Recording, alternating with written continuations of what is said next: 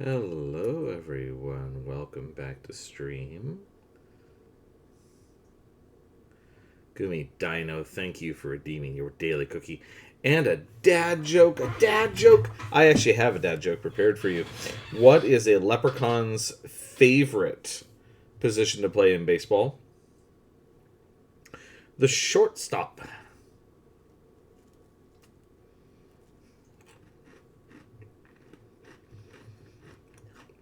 Ooh, my wife is here. Hello, pie child.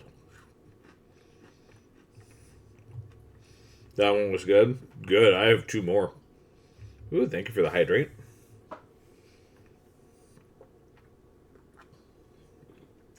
My posture? My posture is perfect. I am not shrimping. Not at all. Not at all.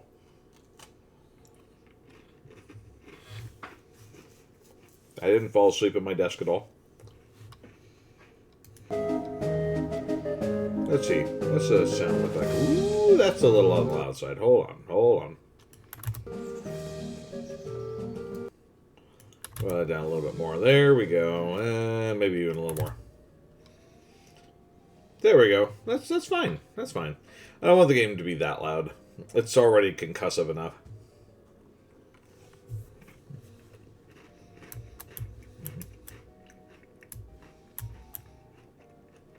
The muscly clown doesn't want me to go in there.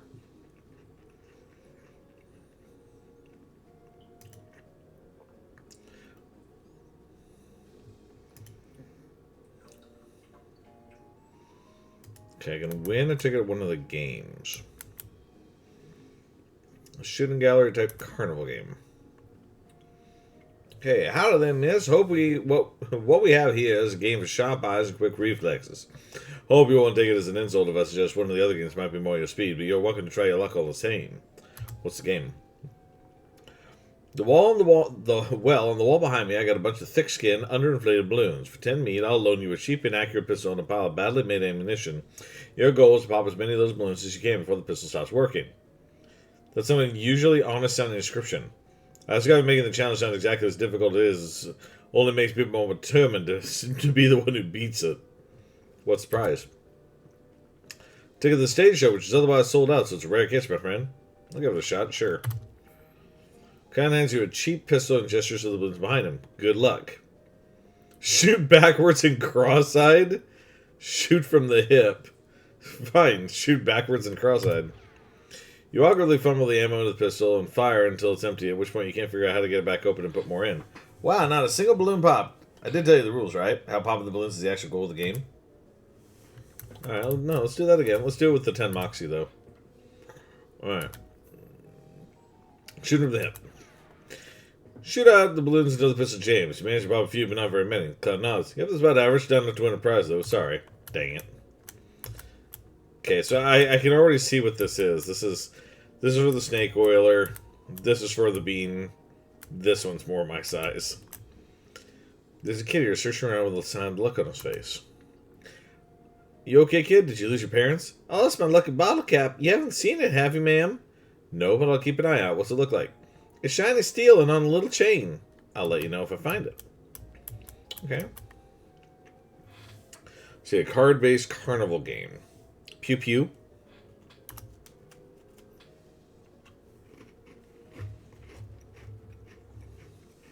Sorry, I just put a cookie in my mouth.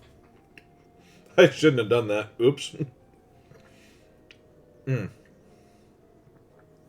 Greetings and salutations, miss. This is a game designed to test your intelligence and capacity for abstract thought. And, well, if you can care to try your luck, far be it for me to obstruct you. Hello, paladins. Welcome, welcome. Oh, you got a sugar cookie. I actually have sugar cookies, too. I have actual sugar cookies with me. They are sprinkled with green sugar dust. And they are shaped like shamrocks. What's the game? The simplest guessing game imaginable. I got a standard deck of playing cards here. I show you all the faces, then I turn them back over and start picking cards. You guess what cards I'm picking, and you win. You don't shuffle them? No, ma'am. If you can memorize the deck of cards that fast, more power to you. Or if you got the touch magic in you and want to try reading my mind, that's fine too. Just don't dig too deep. What's the prize? It's the ticket. Yeah, okay. I'll give it a shot. I'm not going to bother give it a little. I'm going to go ahead and give it a lot. Constantly picking cards of the deck and holding them up with the back to you. You managed to guess a few, but not very many. Not good enough for a prize. Okay, so, yeah, just skip along to this. Well, howdy there, miss. You look like you got a good arm on you. Here's a game that's right up your alley. Alright, yeah, just take the big bell here, hit the lever, ring the bell. Let's give it a shot. Alright, let's... Ooh, I don't quite have enough muscle for the max. I don't want to keep losing meat doing this, so... You pick up the mallet, take a deep breath, and smash the lever with a mighty swing. The little bell striker makes it nearly, but not quite, to the bell. Well, now, that was very close. Not a grand prize winner, but it's the best I've seen today, and that's got to be worth something. He hands you a small teddy bear. Oh, I got a teddy bear. Actually, are we able to level up our... Oh, we have 198, and it's 100... We're one shy. Damn, we are one shy. Hold on. Do I have a way of increasing my strength by just 1?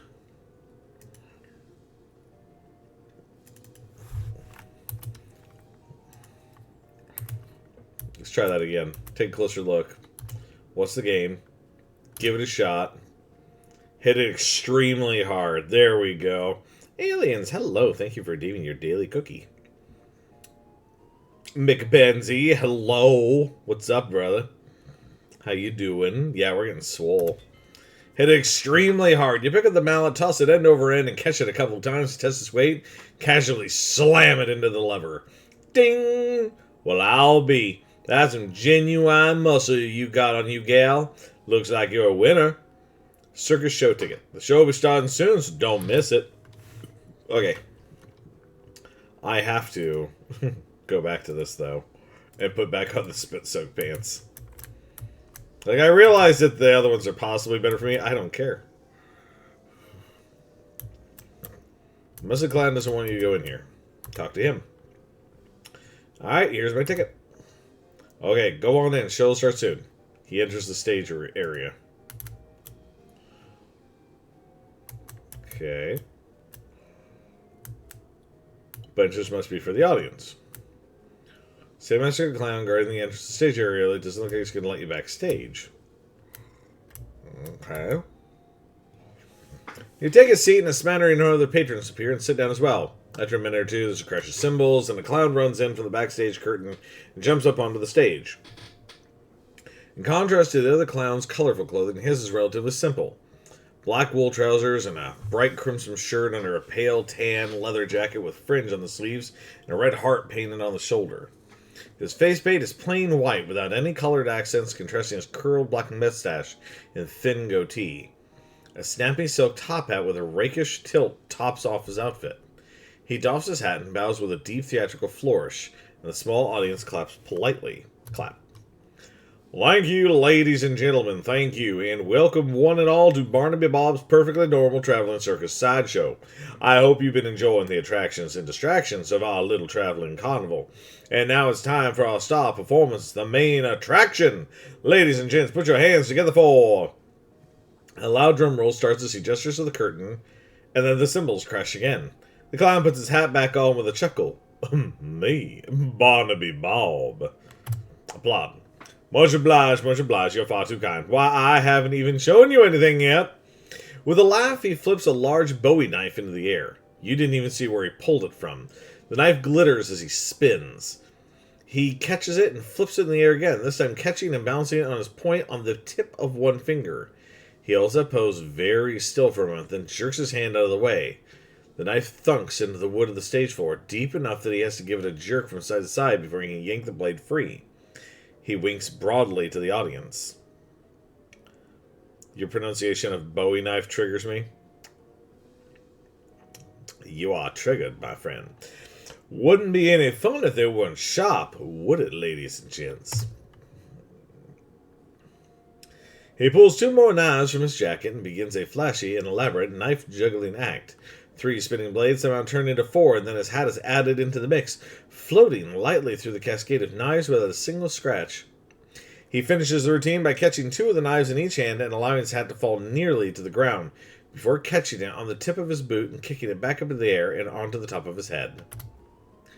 Ah, now there's some applause I believe I've earned. Let me tell you, ladies and gentlemen, it took a lot of hats to get me where I am today.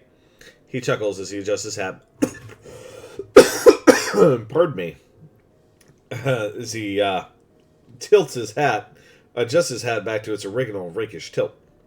Now for the grand finale. For this, I'll need a volunteer from the audience. A few hands go up. Barnaby Bob ignores him and looks directly at you. How about you, madam? Okay. Good, I like a brave one. Step up onto the stage right here. Your name, please? Callista Earp. It's a real pleasure to finally meet you, Callista Earp. Callista Marshall Earp. Ah ha ha ha ha ha. I didn't give him my middle name. Okay.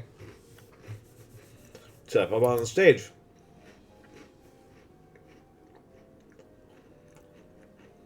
You're saying it wrong, Og.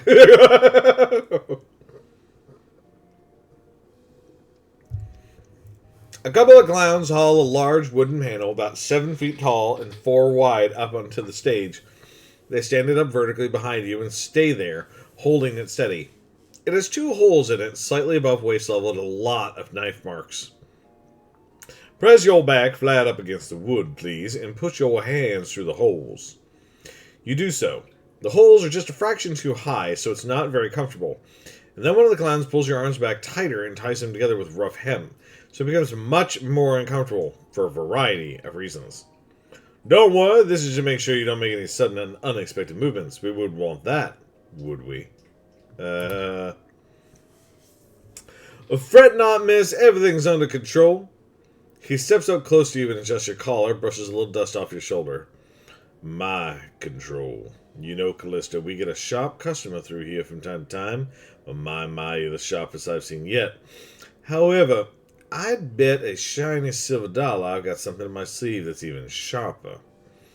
His pupils narrow to vertical slits as he grins at you, revealing rows of pointed yellow shark teeth. As he turns away, you can see that the heart on the shoulder of his leather jacket is drawn with an arrow through it and the word Mom. It doesn't look painted on. Free your hands. You struggle a little, but your arms are too tightly bound. The rough hemp rope digs into your wrists. Barnaby Bob strolls to the other end of the stage and turns to face you. Now, don't worry, this will all be over soon. Just don't move. He has a large knife in his hand again and gives it a few twirls and flips. Light reflected from the blade glitters in his eyes. Then, without warning, he hurls it at you. Thunk! The knife hits the wood before you can even blink, a hair's breadth from your left ear. Barnaby Bob grins at you as the crowd applauds. Another knife appears from one hand and an apple in the other. He tosses the apple to one of the stagehands, who carefully bounces on top of your head. Time for the old William Tell routine.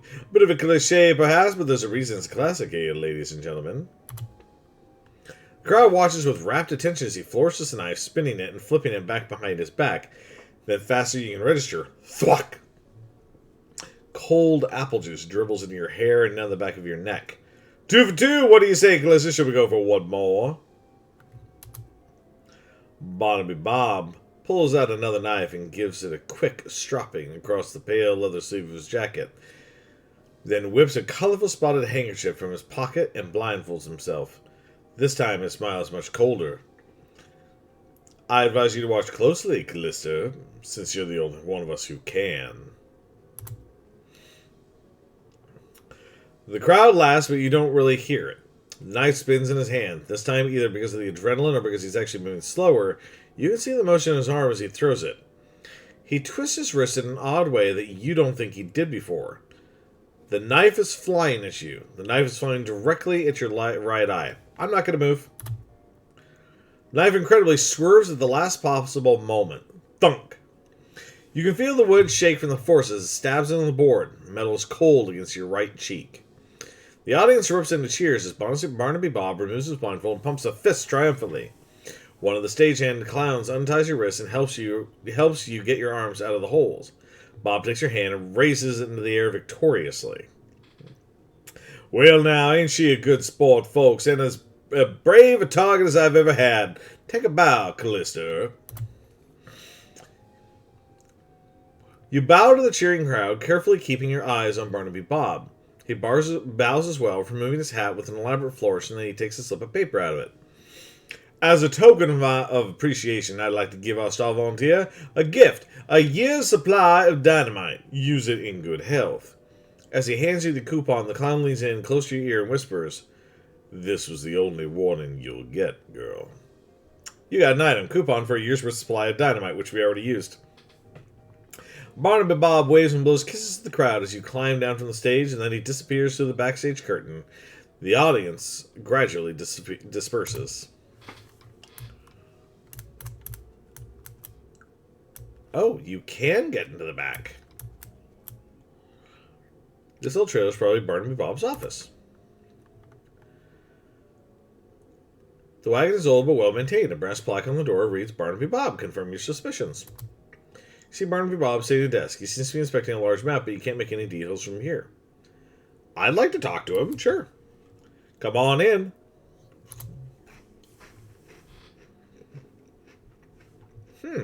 You? Here I thought I made myself perfectly clear the last time we met, and yet you knocked politely and walked straight into the lion's mouth. You are either extremely brave or extraordinarily foolish, girl. Both I might hazard to guess.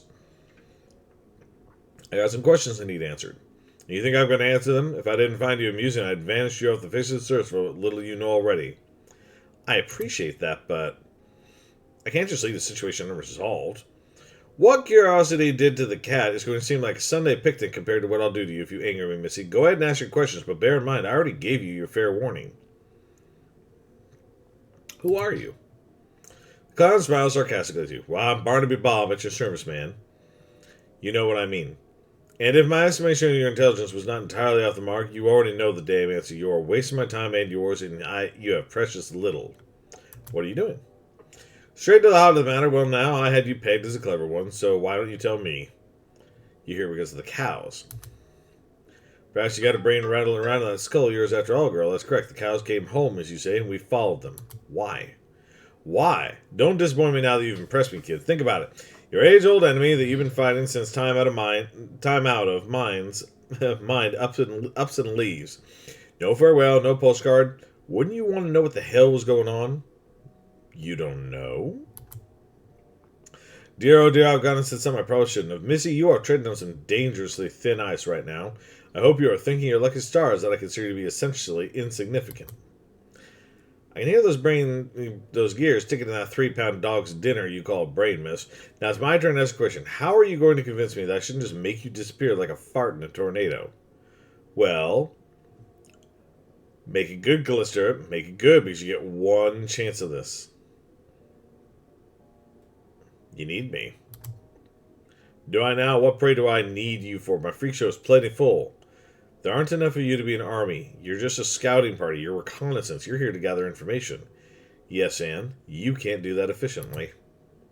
Not the way you guys look. You stand out too much. You need a human scout. Don't you play games with me, little girl. You are talking to Barnaby Bob, Duke of Hell, and I can make your worst personal nightmares look like a choir of softly singing angels. I'm serious. Yeah, actually, that is a good point. The enemy of my enemy? Can't imagine we'll ever be friends, Bob, but just so long as it's mutually profitable, I think we can come to an arrangement. You promise to leave the people of this world alone, and I'll tell you anything I find out about the cows. I gotta hand it to you, kid. You may well be the first human being to ever leave old Barnaby Bob speechless. We got a deal? Alright, I agree. We won't make any trouble for the humans. You bring me anything of interest you find about the cows. Hell, if it's good, I might even pay you. Good. You're a smart gal, Callisto. You better be smart enough to know what'll happen if you double-cross me. Mama didn't raise a fool. Good for her. He shows you the map on his desk. There's a location circled in red, not far from Dirtwater Park Tannery. This will get you started. There's an old tannery a ways south of here. I've been there. The place is a bit crowded. Not surprising, considering I sent a few of the fellas out there already. Go have a look. If you find anything worth seeing, you let me know. One thing, you are strictly undercover. I won't be telling my boys about you. Not that I could easily get a message to the ones out in the field anyhow. If you need to defend yourself against them, well, so be it, and good luck to you. Huh. Okay, this is actually cool, because I never did this, actually. In my first playthrough, I never actually got to talk to him. That's actually kind of cool. Well, while we're traveling, guys, how is chat doing tonight? How are all of you?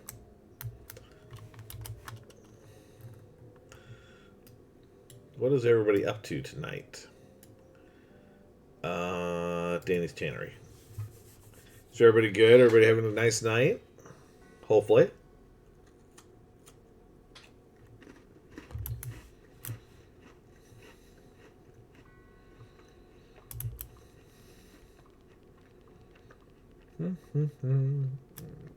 Embroidery. You're doing some embroidery? I'm surprised you are not playing Pocopia right now.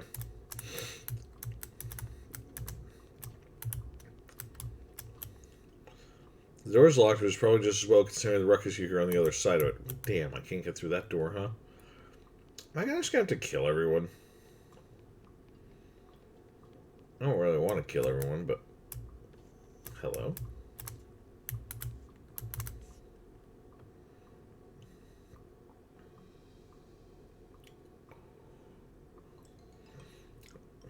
As you approach the clown and the weird cow leather ghost thing, they make notice of you and stop fighting while they process this new development. The clown, fortunately, seems to decide he hates cows more than he hates you. The cow, unfortunately, decides it hates you more. Hate her right back, let's go.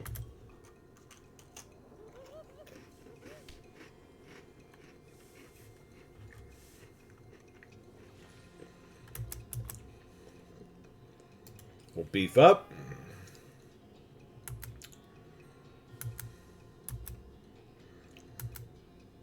I'll just attack the shit out of it. Let's go. Reproduce, Gary. Reproduce.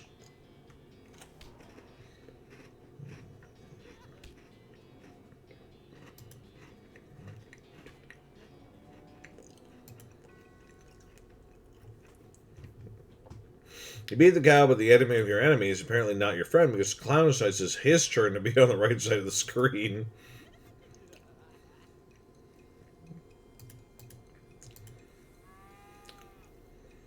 Oh, bastard's got a weird laugh, doesn't he?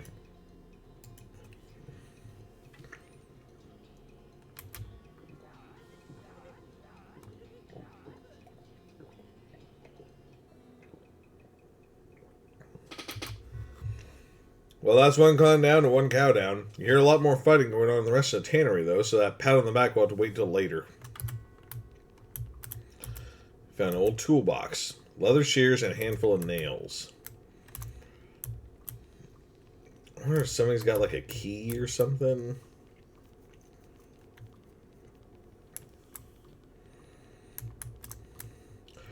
Your attempt to sneak up on the cows fails, assuming you're even sneaking and not just moseying over.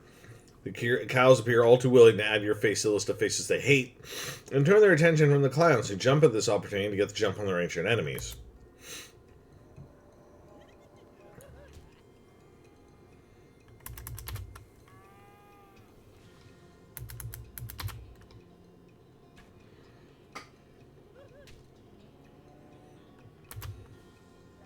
Go, Gary!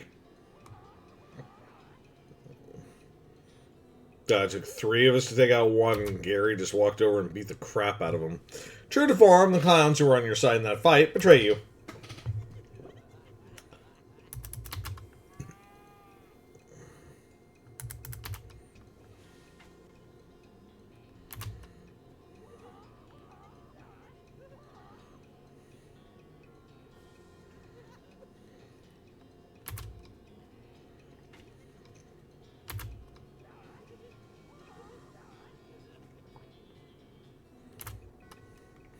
It feels kind of strange to be fighting alongside demonic clowns, but I guess war makes strange bedfellows. Ugh, please ignore the fact that I used demonic clowns and bedfellows in the same sentence. I fucking love this game. This scene has the makings of a real brawl. Not only does one of the clowns have a nasty look in his eye, nastier than typical, I mean, one of the possessed cowhides is stretched out a tanning frame, which makes it stronger, somehow, I assume? Bring on the brawl!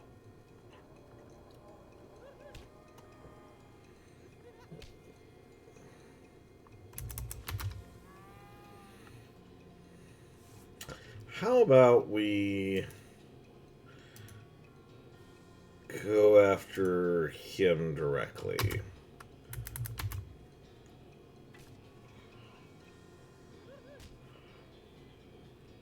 We're going to have Gary go after that one.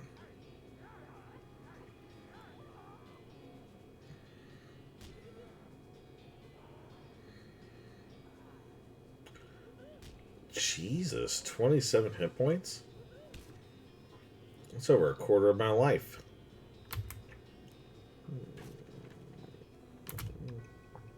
Guess what? The clowns turned on you after the cows are all dead. This is not surprising.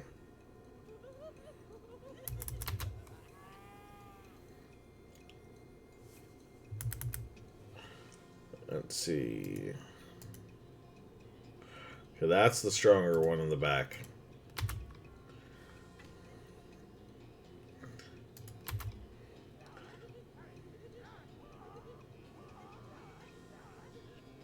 Good job, Gary.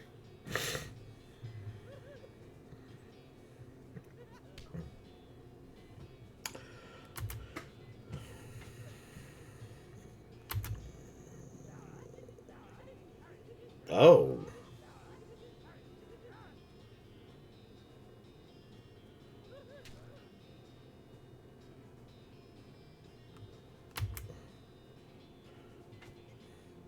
Was not expecting him to be that much stronger.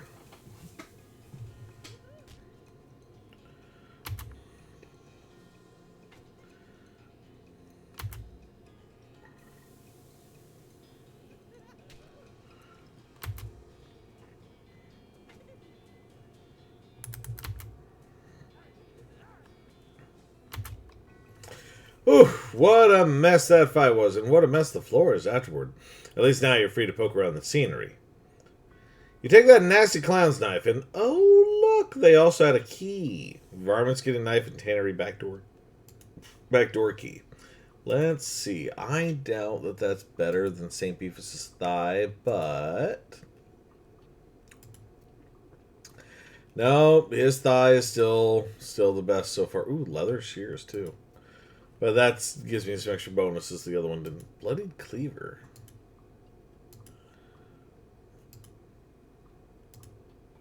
I haven't gone through some of these things in a while. Like, I probably should look at my equipment a little more often.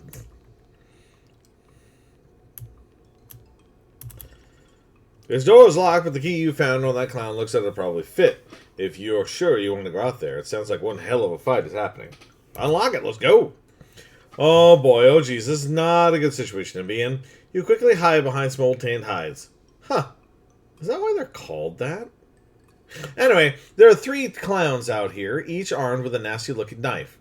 One of them is licking his knife, and the sound makes you think they may literally be sharpening the blade on his tongue. They are facing down 2 of the stretch-eyed cows and a monstrous thing that looks like an entire cow skeleton draped in flayed cow skin. Listen in. I bet you lot think you're real clever breaking through to the human plane. Did you think we wouldn't follow you? Did you think you'd find a weapon here to use against us, or are you just trying to escape? What? You take that back! Stop listening. None of them seem to have noticed you. It looks like you could sneak back through the door if you're really careful. But why would I do that? Your cow speak is legit really good. It's your partner. This fight's looking very dangerous. Careful, Bean. Yeah, I know. When they see you, the clown's cows stop hissing and mooing and posturing each other. Hey, who the hell are you? Candygram? Uh-oh. Now's your chance. Get him!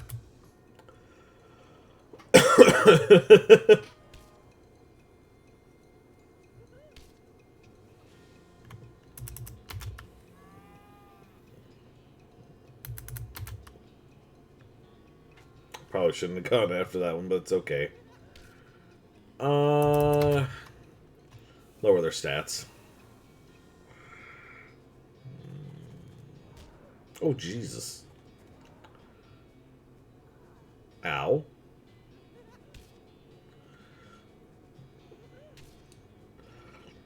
Hi, have you eaten the turnip yet? You know, I don't remember. I don't think I have. But I don't remember.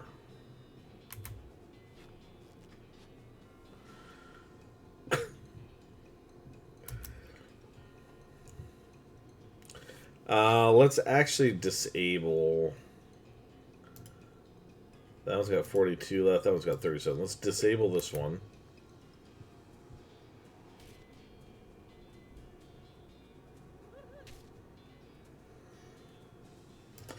And lower their skills. Stats again. Oh, thank you for the stretch. But yeah, I don't remember if I've eaten the turnip or not. I don't think I have. I might have. Maybe. But I honestly don't remember.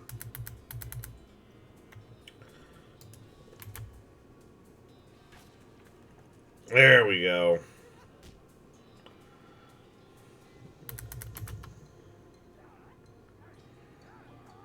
Oh, that sucks.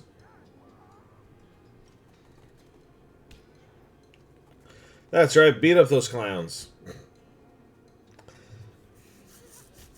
Good save it. It's for way later. I also offer a recipe. You'll know where to use it. Perhaps you have been there. Perhaps you've not. Maybe write it down. So, just so you're aware, I've already played the game. I've beaten the game. I played it as a stink oil, milk, blood, ichor, and that. No, I know what it's for. I know exactly what that's for. And if you screw that up, you're screwed. Like, oh, not you're screwed, but you can't do it at all. Like, it breaks. And it sucks. So, yeah, no, I am aware of that. But I appreciate you bringing it up. But yeah, I've already actually played the game before. I really enjoy this one. As predictable as ever, the clowns turn on you once you've helped them defeat the cows. Yeah, I know, because they're jerks. Beef. Sure.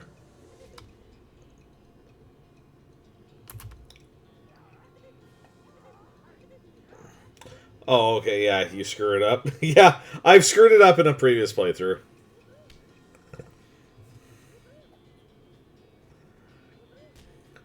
Oh, that's because that's the stronger cow, isn't it? Or, clown. Yeah, those are the weaker clowns. Okay, that's what the problem was. I hit the wrong clown.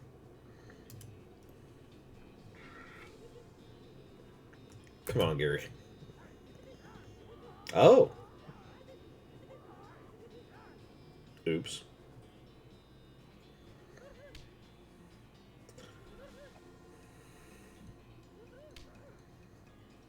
Okay.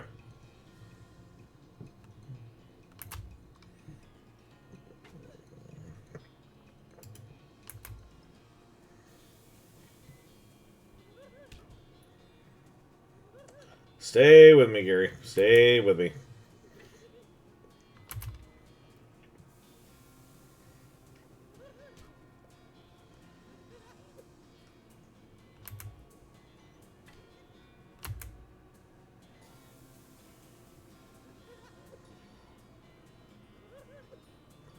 That's better.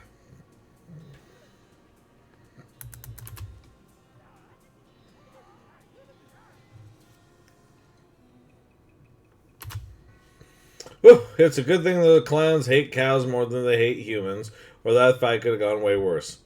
Fortunately, it seems pretty unlikely you'll run into any more animated leather-clad cow skeletons with your adventure. Right?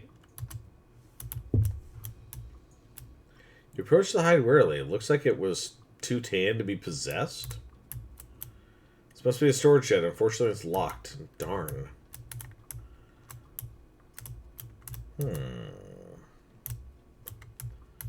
No key, huh?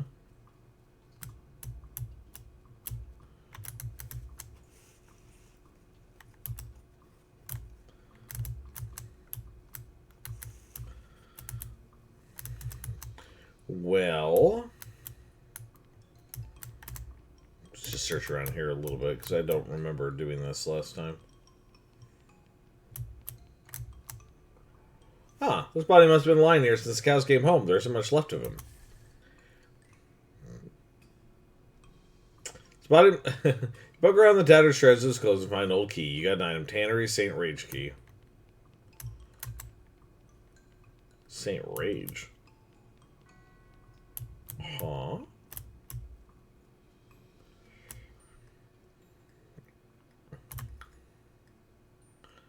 Oh, hi, dude.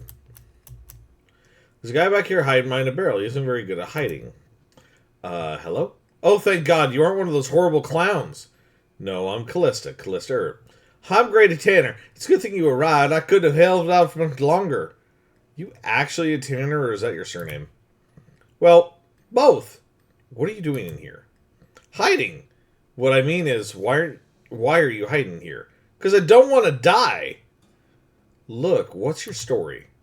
Well, I was scavenging entertainment materials. Cow's bane ain't as easy to get a hold of as it was in the old days. Well, while I was searching, those cows showed up, and then those clowns showed up, and so I locked myself in here. What? What's cow's bane? It's an herb used for tanning leather. You can't grow it in large batches anymore because cows show up and wreck the place, so there's this other stuff we generally use for pig leather and so on. It's not as good, though. Cows wreck your herb gardens? Yeah, if you're growing more than about a flower pot's worth, they get wind of it somehow. They hate the stuff. Can't figure out why. Here, I got a few extra seeds you can have. Be careful with them. How long have you been in here? 3 or 4 days. I'm starving. Cow's bane's poisonous, so I've been chewing on this old leather hat for sustenance. Seriously? Yep. Want some? No. Well, I took care of the clowns and the cows. So consider yourself rescued. Wonderful, thank you. As soon as I get a new shop set up, you can count on me for any leather goods you need. The first one's on the house. You don't happen to know where I might set up a new shop, would you? Nice, a new dirt water shop. And this one I didn't get in my last playthrough. I'm not even gonna... Well, actually, yeah, I do want to know. What happened to your old shop? Care to guess? Cows? Yep. There's an empty lot in dirt water you could probably use. Great, I'll head right there. Thanks a million, partner. I owe you one. Literally, you do. No problem. Okay, is there anything else in here? Pile of loose boards. There's manure. It's my podna. Had a podna. One of these days, I do need to play through the game without Gary the Goblin. It's just... I love Gary the Goblin so much. He's so awesome. Okay, let's go to dirt water, because the guy said the first one was on the house. And I want to know what he can make me. Let's see here. Well, I don't have the revolting hat right now, right? No, I do not. Let's go and have a look. Mercantile, jail, hot dogs. Grady's fine leather.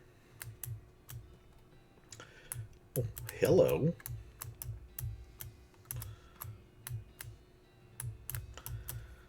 Well, hey there, Callista. Welcome to my shop. Looks like you got yourself set up pretty nicely. Sure have. Here, let me give you a little something as a thanks for helping me out. Here, have a sharpening strop on the house. Aw, thanks. So let me know if there's anything else I can do for you. Well, first of all, what is that? Increase the damage of your melee weapon by 3 to 4?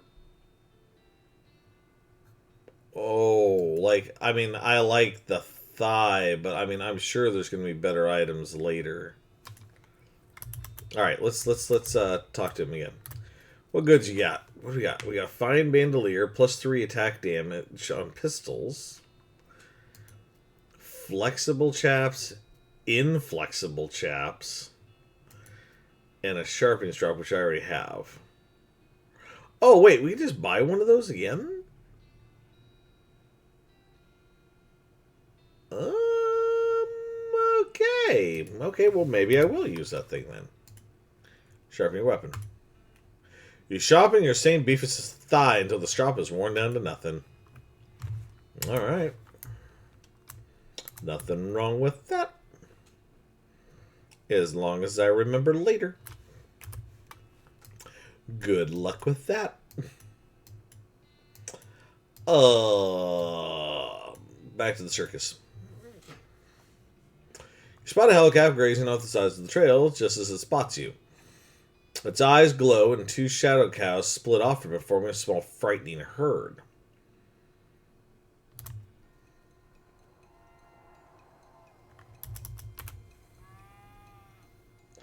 Alright, let's see how this goes. They're not that strong. They're fine.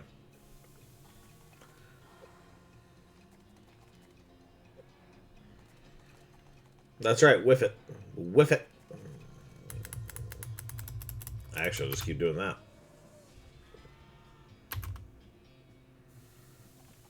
Nothing wrong with a sharp thigh.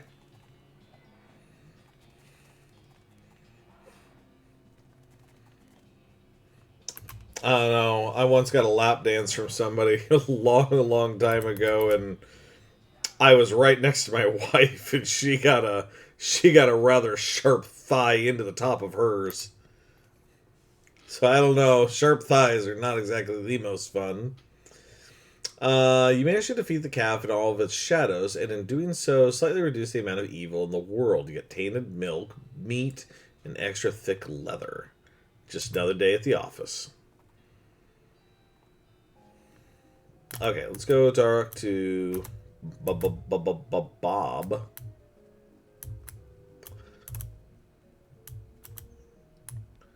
Yo. Checked out that tannery you mentioned. Did you now? What did you discover? A bunch of animated cowhides plus a whole cow skeleton with just leather sort of draped over it. They were able to animate the leather? That's interesting, though not wholly unexpected.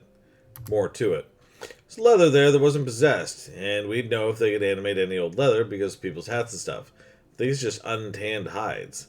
Well, now that is information worth knowing. How nice it is when an arrangement works out to mutual benefit. There's more where that came from if you can tell me more about this tanning process. There's a plant called cow's bane. They use it in tanning leather. Apparently the cows hate it and attack anyone growing it. Fascinating. This is valuable information indeed. If you provide me with a sample, even a supply, I will reward you handsomely. You hesitate. Barney Bob will surely give you a lot of meat for those seeds, but depending on your priorities, there might be better uses for them. Yeah, actually, don't give them the seeds. Not yet. I've killed some cows if you're interested in bounties. Give them all 2 cow tongues. Cow fangs. And the brass rings.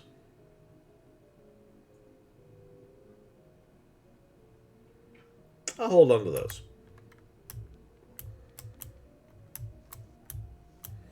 Safest word in the touch, you don't recognize the symbols on the dial. More like a knee, that's true. It was her knee.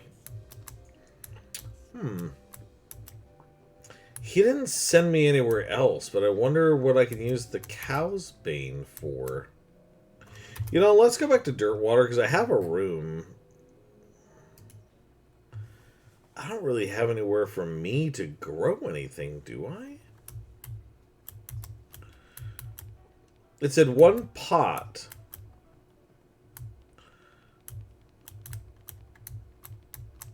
Yeah, I don't want to sleep. Insult yourself. Gary's bed. Huh. I wonder what I'm supposed to do with those seeds. Oh well. For right now, we can move on. I can possibly look it up later. It's fine. Because I actually, like I said, I've never done that. Hey boy, is that your bony knee? Are you just excited to see me? No.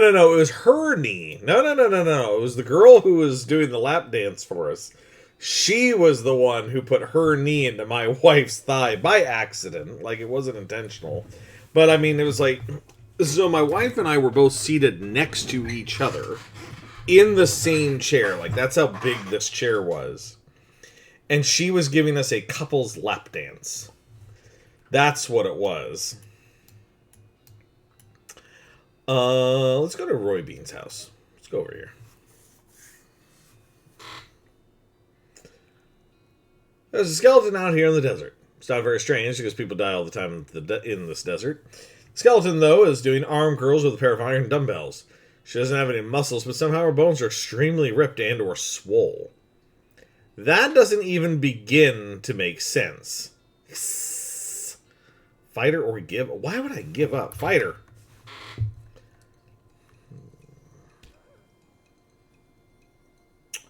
Okay.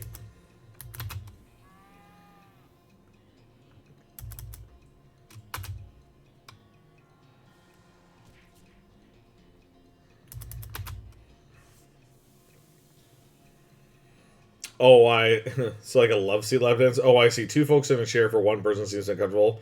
Like, not conducive to sexiness. You would be surprised then.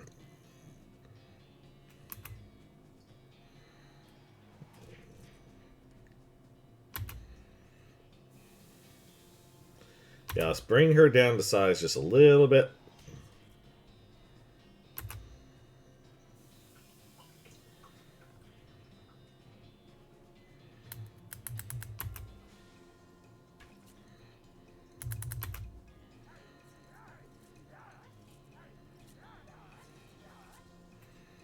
Yeah, no, it was absolutely, it was a totally fine lap dance. Like, she was good.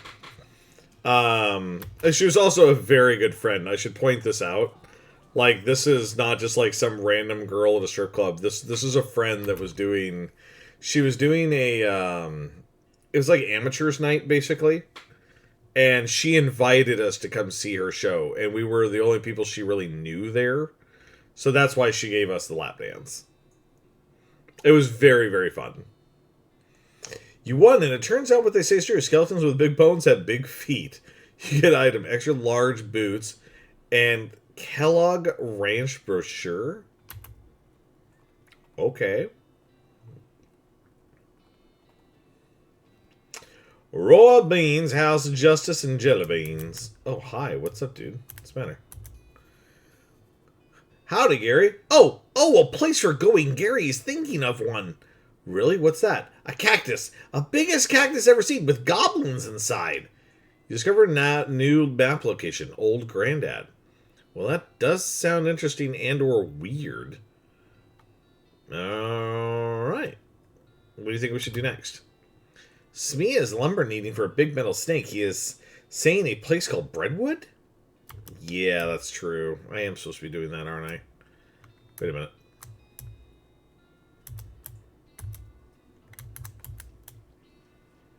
Roy must prefer to perform his morning ablutions outdoors. Perform some of your own. You gussy up a little bit. Run into this. There we go. And run into this. Run into this. Run into this. Oh shit, I forgot about this Texan reference.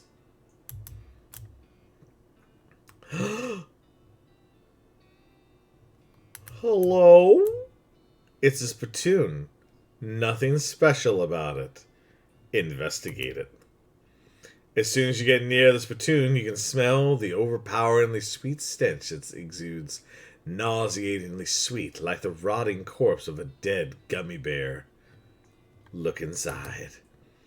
Garish rainbow colors swirl together in congealing psychedelic madness. Is Roy using his jelly beans as chewing tobacco? Yes. Yes, of course he is. We're talking about a bowl of jelly beans that have been sucked on, half chewed, and then spat into a brass bucket. Do you seriously want to put your hand in that swill of artificial coloring and thickened saliva? You will probably never be clean again. Go for it. Look, I'm serious. You're about to permanently dye your hand with a swirling mishmash of all the worst colors in the spectrum. No one will ever have a tattoo that looks as gross or as stupid. Give it to me. Well, I tried. Don't you ever say I didn't warn you. You plunge your hand in the spittoon and fish around for a while. Eventually you pull out a really disgusting pistol and a really disgusting hand to shoot it with. You get a perk spittoon hand and an item befouled pistol. Yay! Alright, first, we have the toilet pistol, which is already bad enough. 3 to 4, deal stench damage instead of physical, apply 5 poison. Deal stench damage instead of physical, plus 6 moxie. 13 to 17 damage. Hell yes, we're taking the befouled pistol. Buddy, I don't know what it is you tried to say. Let me, and I realize that this is probably going to cut the sound for the stream really quick, but yeah, I can't even see what you said because it censored it. I don't know what you tried to say. I'm not that worried about it. Ari set up a lot of my protections on my stream. So whatever it is, her protections caught onto it and said, nope. Okay, so that's good. Now, hold on, there was a perk too. Spittoon hand. Your hand has been permanently stained by the rainbow-colored contents of a nasty spittoon. On the bright side, the hand will never suffer anything worse than that ever again. Plus, wow, 20% hot, cold, and sleaze resistance. Hell yes. There's a single yellow jelly bean in this case with a sign that says, Paraguayan murder bee honey jelly bean, very rare, 6,000 meat. What kind of lunatic would pay 6,000 meat for a single jelly? Not this guy.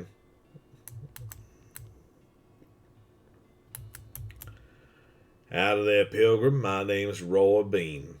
Howdy, Roy. I'm Callister. What do you do here? Well, when I first came to these parts, I was all about two things. Dispensing justice and dispensing jelly beans. I was the biggest name in bounty hunting and candy selling anyone ever heard of. Gosh, what happened? Oh, nothing particularly tragic. Got old is all. Hung up my pistol for good. He points to the wall. He's pointing an empty hook on the wall over a spittoon. I still sell some jelly beans from time to time, but they're out of fashion. This old place is just a jelly bean museum now. Seems like the sign out front isn't very accurate then. Ask about the jelly beans. Oh, well, no. Well, yeah. How do you mean? Well, if you aren't dispensing justice anymore, maybe it should just be, say, museum. Guess you got a point. Ask about his jelly beans. For a jelly bean museum, I sure don't see very many jelly beans. Huh. Bunch of crooks and shitty characters stole them. All 3 jars. Suppose they think I'm a soft target now that I'm retired. Oh, that sucks. I'll help you get them back. Well, now, I certainly appreciate the assistance. Can't offer much in the way of reward, but I can tell you which way the first group of thieves went if you happen out in that direction. Okay, I'll go get them. Yeah, hell yeah, we're going to go get them. We're going to go get them right now. Posted a link to a Wikipedia page for Judge Roy Bean, a Texas frontier judge in the late 1800s. Don't think the real guy had jack to do with jelly beans. Alright, man, I'm going to have to go look that up now. Ow. Old jelly bean thieves hideout. Through the shimmering waves of heat, you see a massive pile of bones on the horizon and veer Kooky toward it to investigate. It turns out to be an even more massive pile of bones than you initially thought. Discover new map location, Buffalo Pile. Continue where I was headed. Hi, boys. I love my horse. You approach the bandits seated around the fire. The meanest looking one speaks up. Don't know who you think you are, stranger, but you better turn yourself right around and head back the way you came, unless you want to eat lead. Well, that's not very neighborly. Take a hike, neighbor. You fellas stole a jar of jelly beans from an old man, and I aim to have them back. Oh, is that right? Just how you plan on doing that? I could fight them, or I could do it with words. Listen, fellas, you stole a jar of candy from an old man. This is such a small, petty, sad little crime, it barely even qualifies as a crime. If this ends up on a wanted poster, you're going to be the laughing stock of the criminal community. More importantly, what would your mothers think? I'm giving you a chance to turn away from this life of crime before it's too late. I suggest you take it, because I'm pretty sure this is not a life you're suited to. The bandits hang their heads shamefully and shuffle away.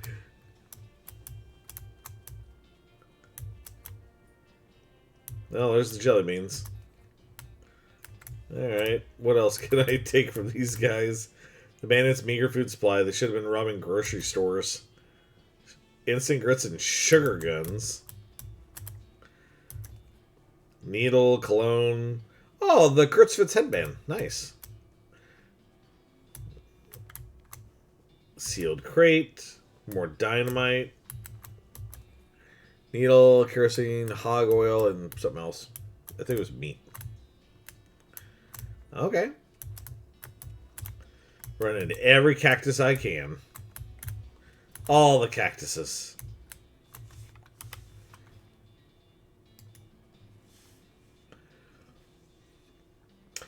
You find a crate lying at the side of the road. It has Lost Dutch Oven Mine stenciled on it. Isn't that way in the opposite corner of the territory, that's pretty lost. Finders keepers. Alright. Howdy, Calista. You recovered that jar of jelly beans by any chance? Sure did. Well, I'll be. Thank you kindly, Calista. I won't ask for details, but I hope they were sufficiently grisly. Now, the second jar of jelly beans was stolen by a parcel of them weird goblin fellas. Couldn't understand a word they were saying, but they were very insistent. Which way did they go? Northwest towards that huge old cactus folks call Old Granddad. Okay, I'm on it.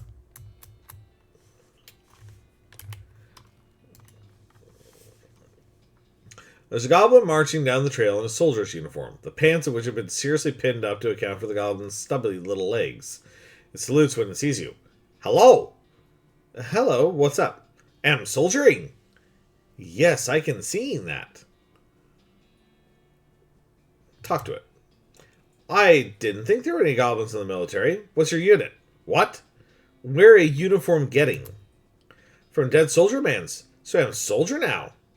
Not quite how that works. Take command.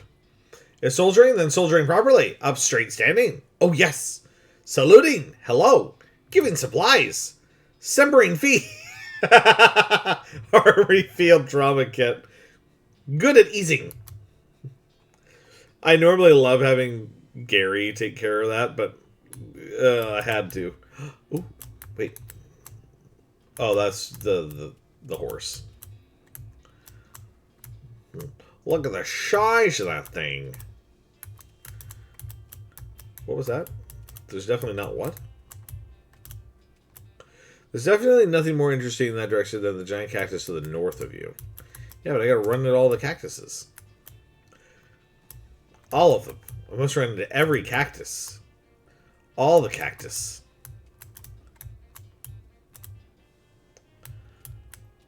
Oh my goodness. So much cactus running into.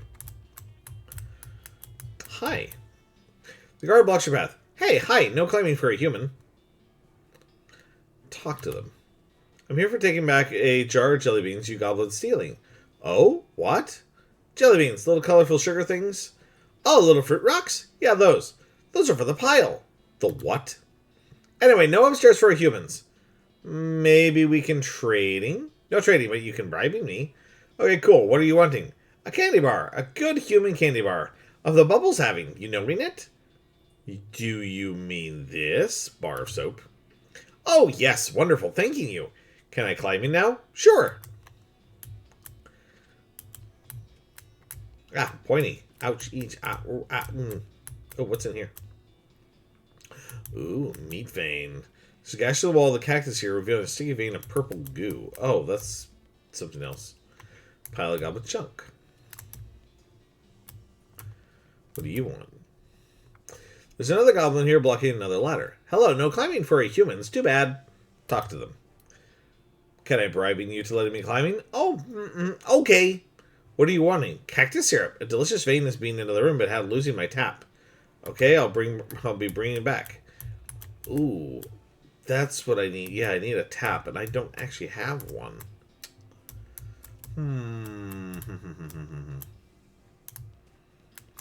Trying to remember where you get one. Oh well.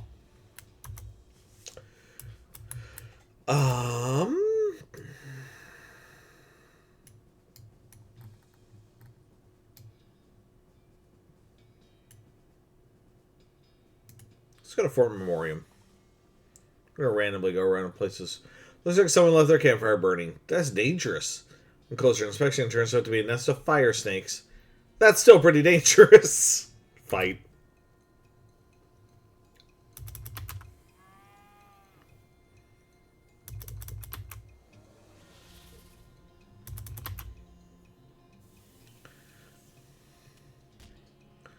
Ooh. Stop picking on Gary.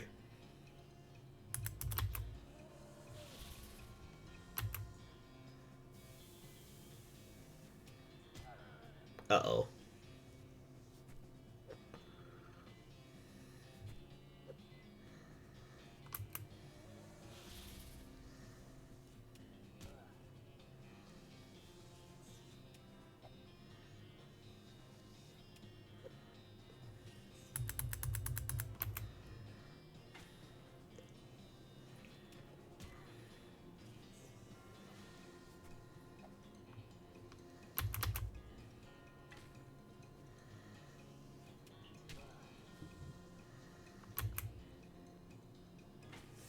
There we are. Only you can defeat fire snakes. Snake spleen, snake venom bladder, snake spleen, and a fire moccasin skin.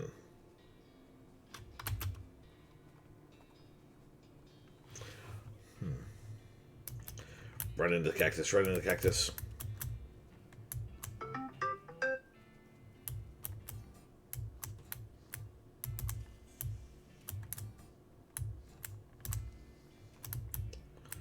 There we go. You climb up into the watchtower and take a look around. Nice view from up here. Use your binoculars. Reboot hill. Okay. Okay, do it again. Discover new map location. Soup stock load. And I'll do one more. You don't see anything you didn't know about. Okay. Shelf is laden with candy. Help yourself. Clove drops, and peppermint drops. Ah, yes, dear. Thank you for the hydrate.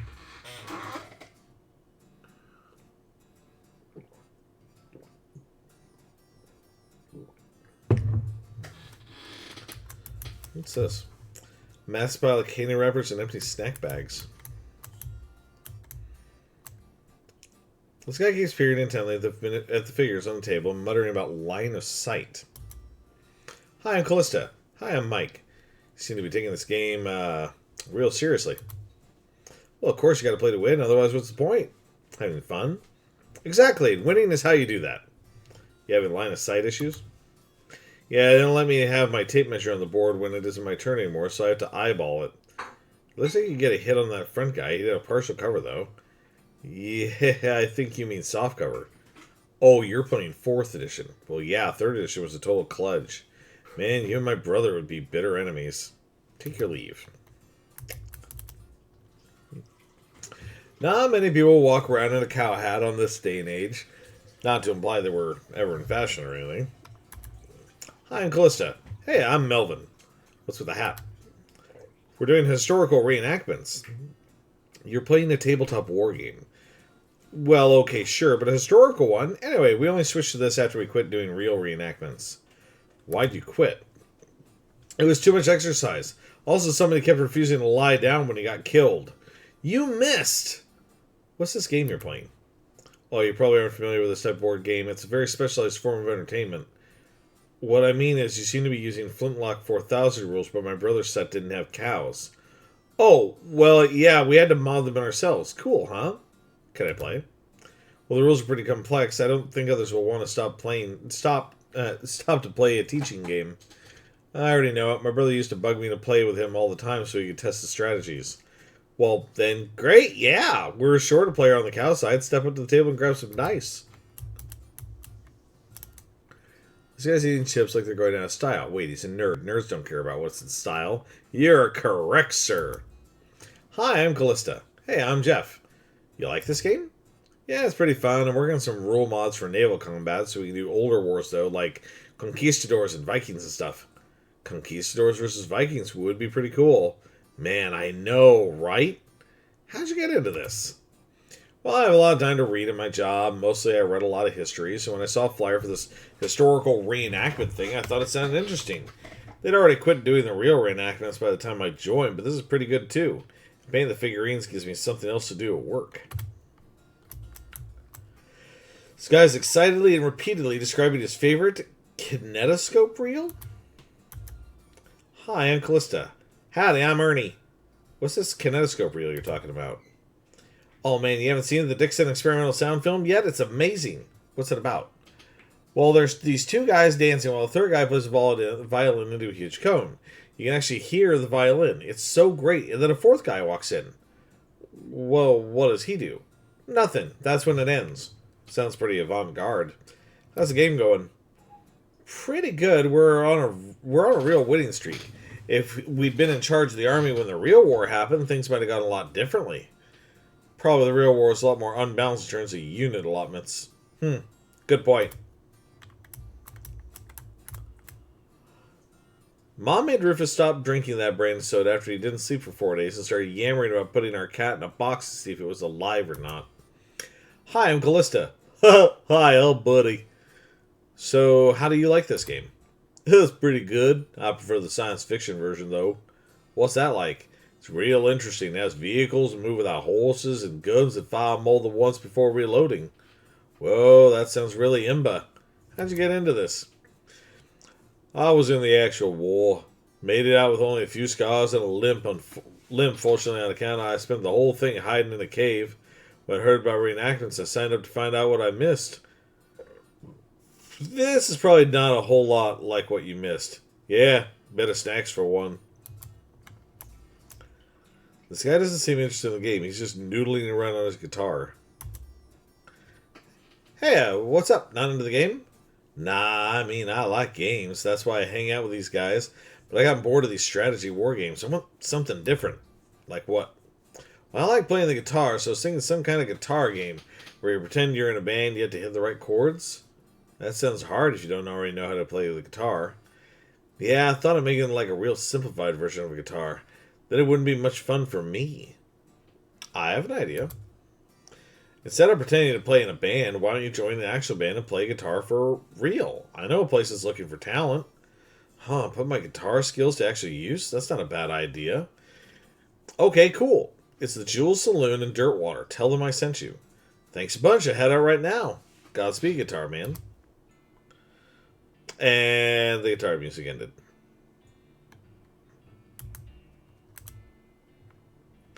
Wait, I thought it said I could play the game.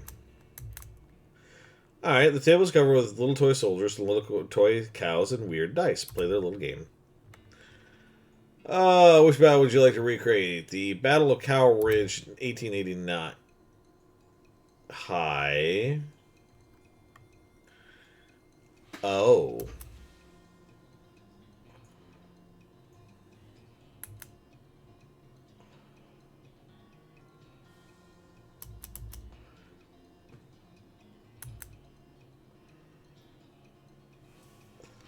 Well, if I was going to utterly destroy someone...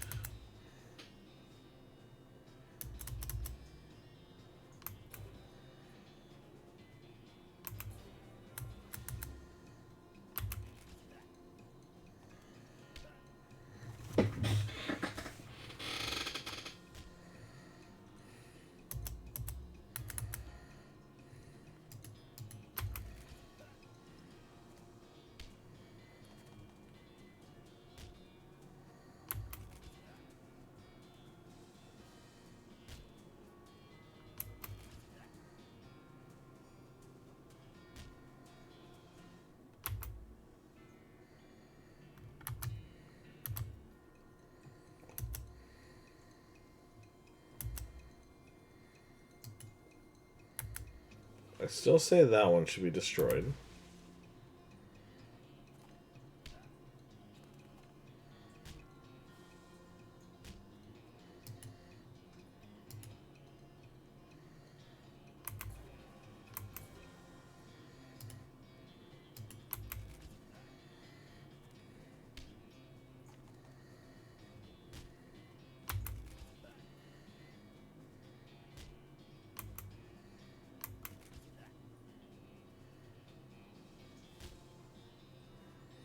I'm not sure why the cow's not attacking.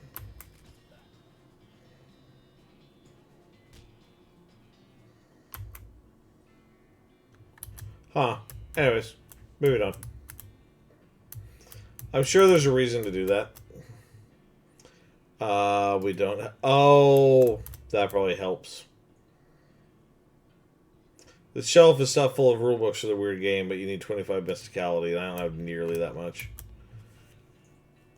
A pile of trash smells very, very bad. It requires stench resistance.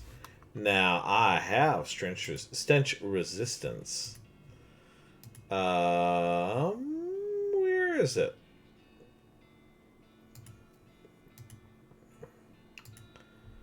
Sweet smell of flowers. There we go. Kurtzman's fans. There we go. I need those for later. I know that. And filthy porcelain cow. The liquid in the spittoon is bright yellow. I feel that's all that needs to be said about it. Look closer. I'll never understand you. Alright, well you crouch down next to the spittoon. From the nauseatingly sweet stench coming off of it, it appears these nerds haven't been using it as a makeshift urinal as you may have suspected, but rather they're using bright yellow lemon lime soda flavored chewing tobacco. Unless... Well, another possibility is they have been using as a urinal and they're all extremely diabetic. Which now I think about it is a real possibility. In fact, it is probable that both these things are true. Say more about the Splatoon liquid, yes. Search it. Really? You're gonna put your hand in the nerd's piss and or spit bucket? Just gonna dive right in there, huh? Just gonna splash around in that sticky yellow broth of spit and pee with no restraint whatsoever? I sure am. With a fanfare of sad trombones and a choir of angels retching, a sword rises out of the spittoon, held aloft by a wet, bedraggled, and miserable-looking woman's arm. Since you're already kneeling, the arm wastes no time before tapping you on both shoulders with the sword, splashing your clothes with yellow slime, and officially declaring you Callista Earp, Queen of Filth. Congratulations. The sword clatters on the floor as the hand drops it with a shudder and withdraws into the spittoon. You get an item. Blaxcalibur! Long live the Queen. Okay. So, right now, St. Beavis' size is 12 to 15. Blaxcalibur without the upgrade is 12 to 15. To stench instead of physical, and it gives +6 muscle. Our HP is going to go down a little bit, and I don't care. Hell yes! I wish I could meet the writer who came up with the name Blaxcalibur. That's god tier writing. It is true. Like, yeah, I will agree with you on that. Okay, before I do anything else, actually, I am going to go back all the way to Dirtwater. We're getting that sharpening strap. And we're upgrading that sword. Oh my god.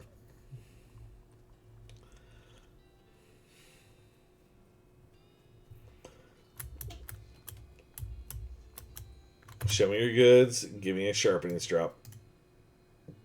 Gimme. Thank you. Sharpen your weapon. 15 to 19. Strongest weapon we got so far.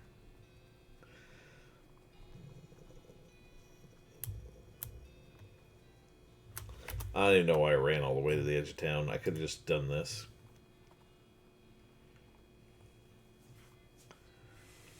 A spiky, bright blue shape catches your eye. You hop off a cookie to investigate it more closely. It's a Hagar's agave. They're native to Panama, but they can grow in these parts, especially in places that are too hot for teachers to be comfortable. Collect its nectar. You carefully extract the highly alcoholic nectar from the blades of the agave plant. You got an item, agave nectar. And some experience. Which, speaking of, we have 900 experience right now.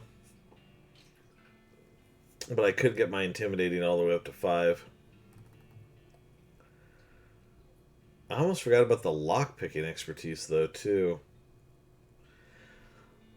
Hello, Princess. Princess, where are you? You can run, but you cannot hide. Hi, Cakes. How are you, Princess?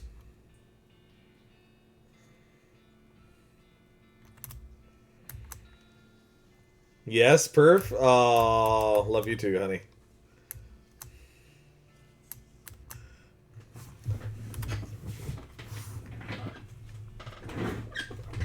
I have such good friends. I love it when people come to visit.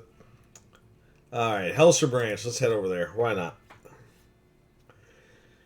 You run into a goblin chef. You can tell they're a chef by their hat and their big fork.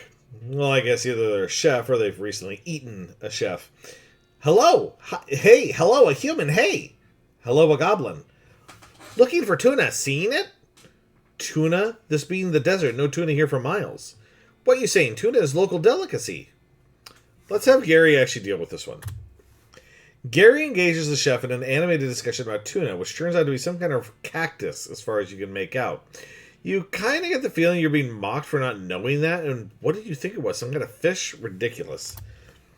Eventually, Gary directs the goblin to a stand of cactus the two of you passed a ways back that didn't look any different to you than any of the rest of the cactus around here. And the goblin gives him a spare fork as thanks. You got an item, tuna fork. The only thing I can hope is that that's not a better weapon. No, it's not. It's a mysticality weapon anyways. Oh, that doesn't look nice. Okay. It's a haystack. Dig through it. Hey, a needle. Yeah, prickly pear fruits being called tunas doesn't make any sense to me either. Is that legit a thing?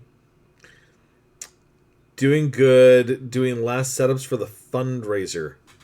Fundraiser? Do tell. What do we got here? You lack the proper leatherworking expertise to use these tools. Alright, that's fine.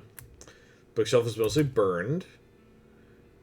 You find a single, mostly unburnt book. You got an item. Burned leatherworking manual. Okay. And a haystack. Why do I have a feeling that this is going to teach me... Teaches you how to make things out of infernal cowhide. Hell yeah. After you're done reading it, you understand that the book itself is bound in valuable leather. You tear it apart so you can make something else from it. Make something out of thick leather. Oh.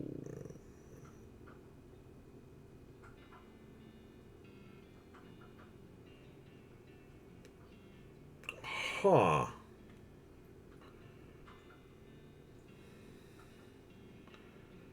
I mean...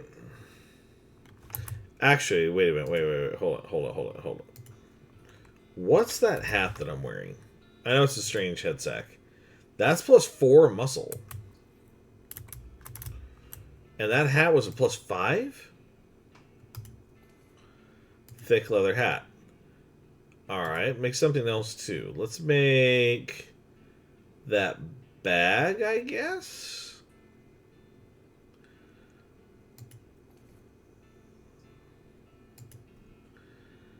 Alright, we'll make one more thing, which is... I just want to see what this is. The nail gloves. Nice. Okay. Yep, it is. I don't know why. Maybe because when they're ripe, the interior is kind of pinkish like tuna. Hell if I know. That's fair, I suppose. So is that an offhand? Yeah, that's an offhand.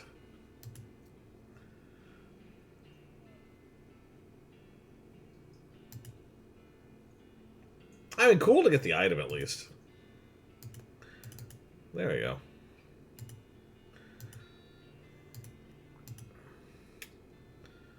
Okay. What else did I just make? I think I just made... Yeah, nail gloves. Which definitely are not nearly as good as Blexcalibur. Blexcalibur.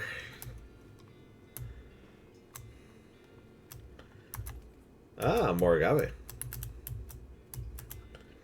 The only part of the shed that didn't burn was this part of the horseshoe was attached to. Guess it really is good luck. Grab it. Give me a lucky horseshoe. Goes in your offhand, +6 pistol attack. You know, we aren't doing that.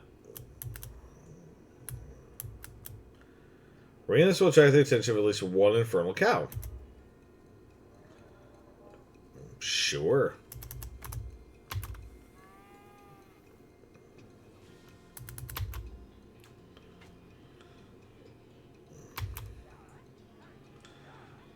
That's right, Bessie. How you like that?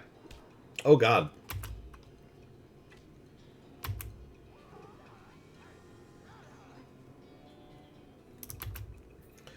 You pull some cows from their own dimension and mercilessly slaughter them. You monster! Just kidding, they're super evil. 40 XP, 75 me, blah, blah, blah. You prep your skate knife, but all the useful hide bursts into flame withers away before you get a chance to collect anything. It's portal of hell, you hear ominous mooing. Say that again. Because why the hell not? Can I? Yeah.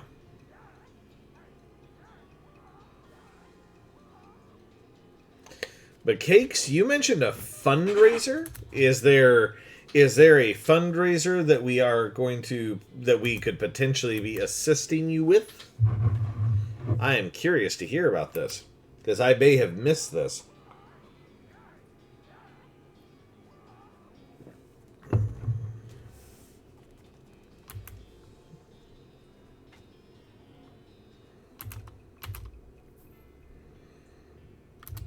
Okay. So that's just a place to get, like, extra leather and shit. Cool. That's nice. What's at Reboot Hill?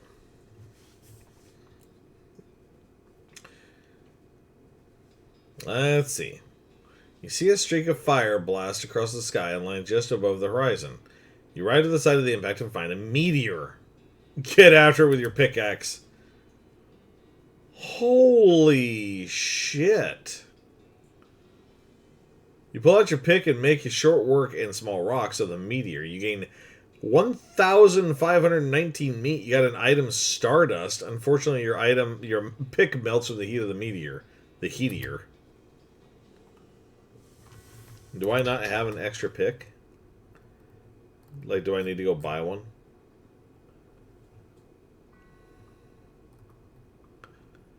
I already have. I have an extra one on me. Okay, that's good to know. God damn, I didn't expect to earn that much money.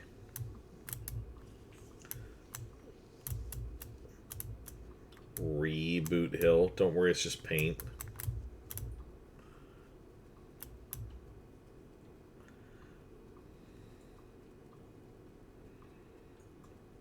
Wow, let's go a long ways without there being anything there. Okay.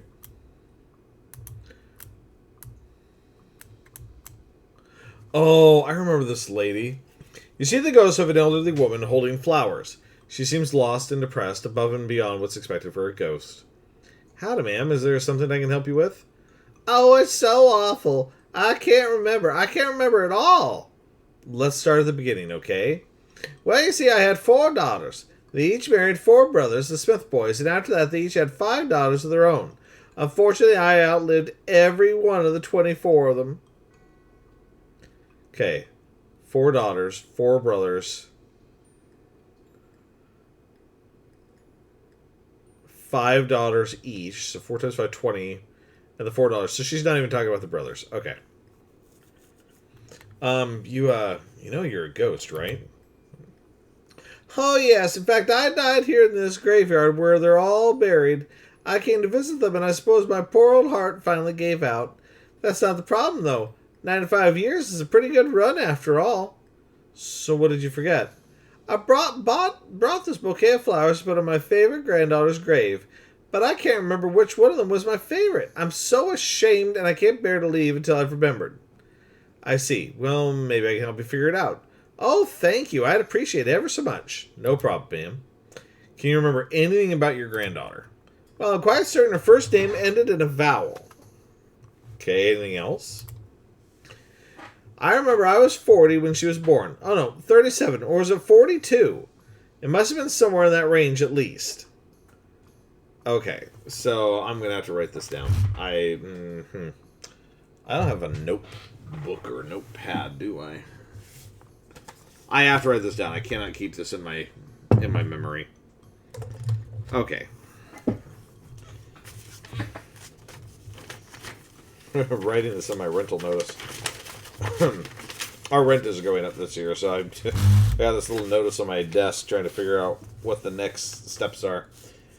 Let's see.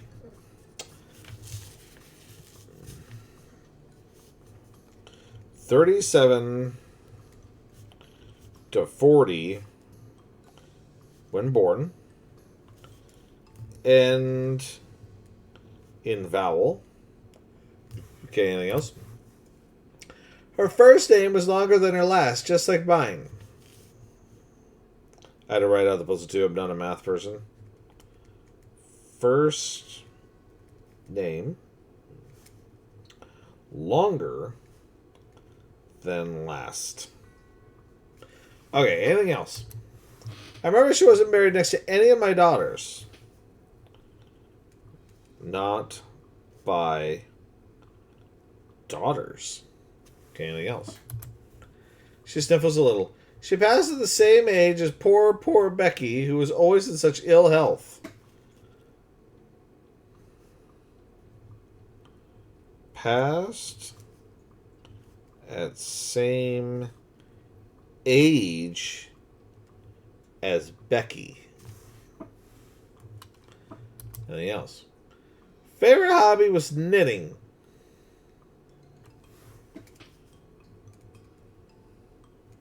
Knitting. She starts to sob.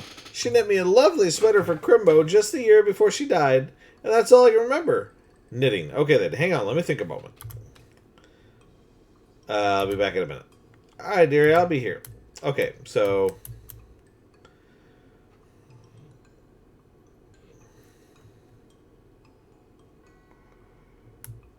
$57, $75, $64...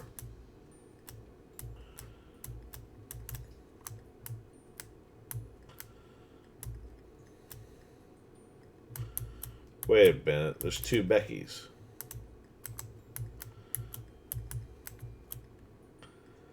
Three Beckys.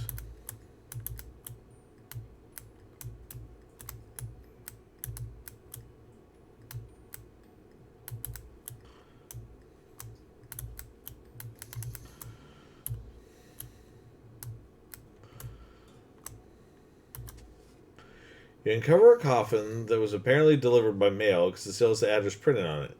Either that or this is a joke about somebody going to Hellstrom Ranch after they die. Huh. Melissa.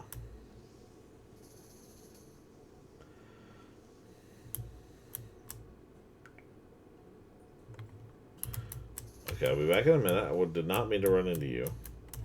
Okay, there's nothing to do there. Rebecca. Billy Spider McKinley. Turned out to be way more than one. Peggy Immortal. Kind of ironic. Wise old Jed Marmot. Ground here seems reasonably soft. This time the bar ate him. Marmot skin cap.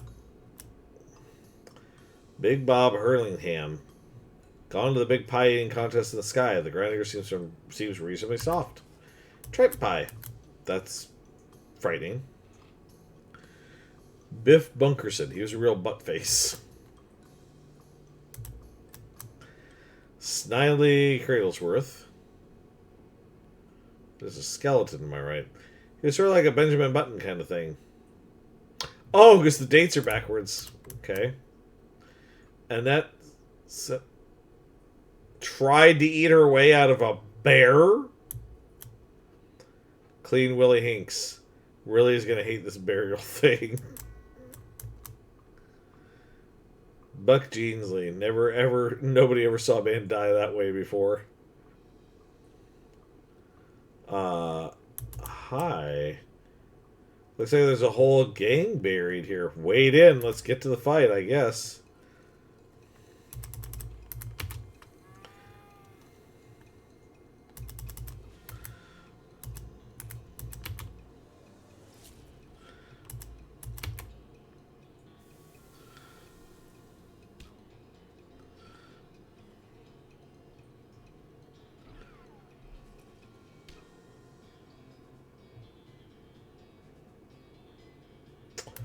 Well, this may have been a small mistake.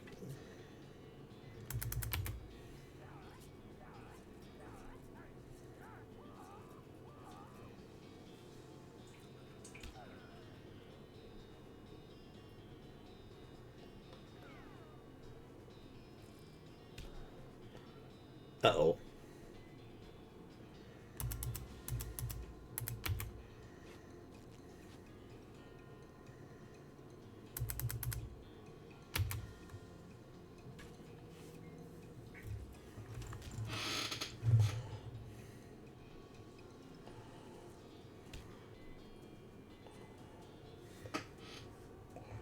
Um...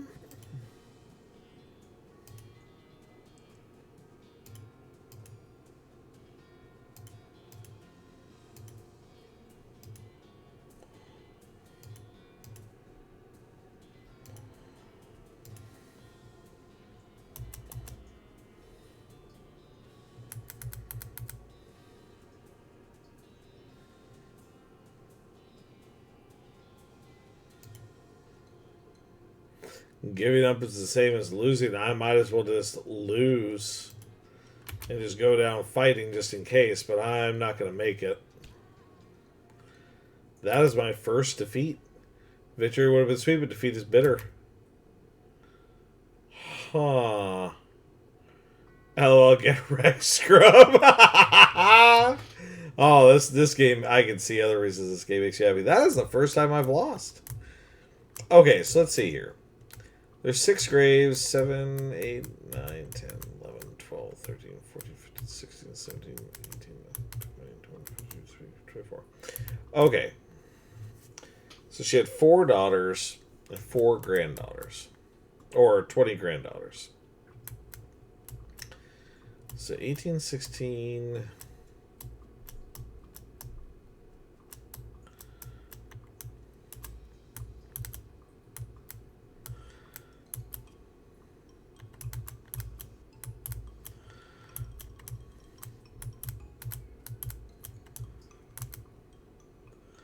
I think Spooky is weak to fire, if I remember right. I don't know, it's been a while since I played any of the Loathing games. I don't know either, truth be told. Okay, so... some of these graves... like, Farah is 1816. Tara, hello! Thank you so much for the raid. How are you, honey? We got Rogue, good to see you. We got Drag and Potato Monkey. Hello. Hello, hello, hello. Welcome, Raiders. Thank you so much. If you don't know me, I am Shenanigans. I am your local friendly kobold streamer. I play a bunch of different variety games, and today we're just having a mellow Monday stream. Just nice, chill, kind of relaxing, funny game called West of Loathing. Tara, what were you playing? What were you up to? Rogue, hello, Mr. Radio. Why, hello, Mr. Rogue. It's a pleasure to see you again, sir.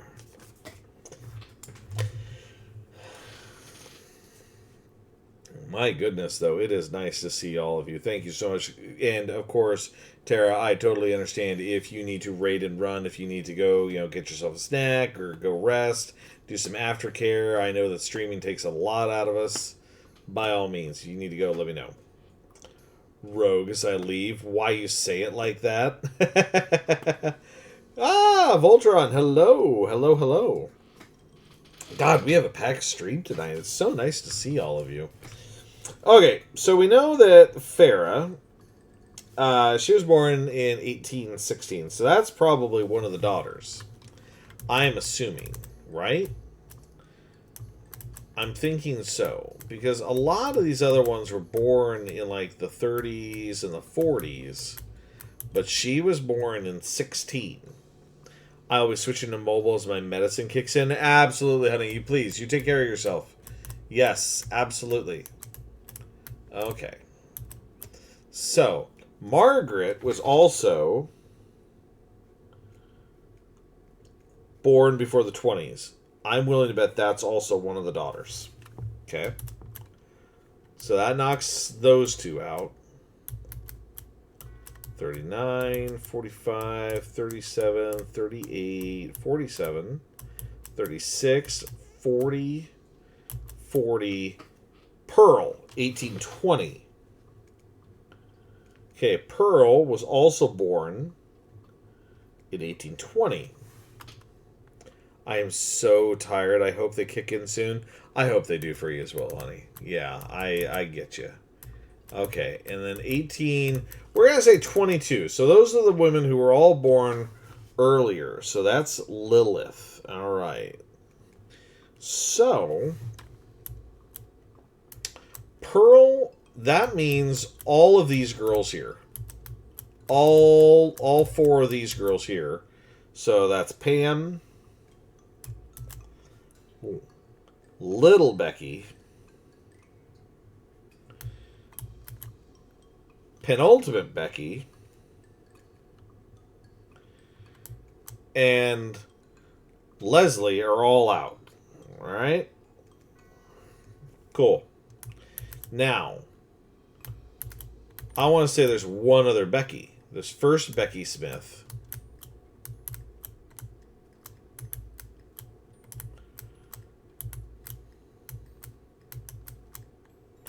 Nope, there's two Beckys. There's still two Beckys. But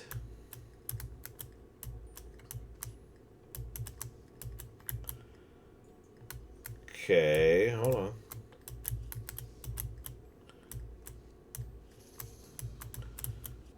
Where's this other Becky?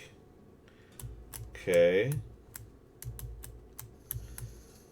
And she's not right next to one of the daughters either, though. So there's still two Beckys. There's a Mezzo. Yeah, Mezzo Becky. And there's... Where'd the other one go? First Becky. I have St. Patty's to do. LMFAO. I'm looking forward to St. Patty's. My wife and I are making a shepherd's pie tomorrow. An actual shepherd's pie, not a cottage pie. People get them mixed up. So a cottage pie is made with beef. And that's I'm not going to say that's traditional, but that's just more common because it's easier to get a hold of beef. But we're making ours. We're making an actual shepherd's pie tomorrow with lamb. Because I still have 2 pounds left of ground lamb left to get through. Okay. Let's see. So Farrah is here. So we know Fidelity is out.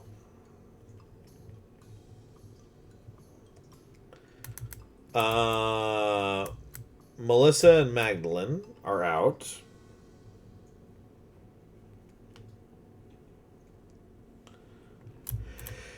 And Meredith. She's also out. Okay. We got Faith. Okay. So this one was born in 8. Well, actually, wait a minute. She said she was the same age. So Mezzo was 50. So hold on. She was 50 years old. How old was this one over here? She was 40.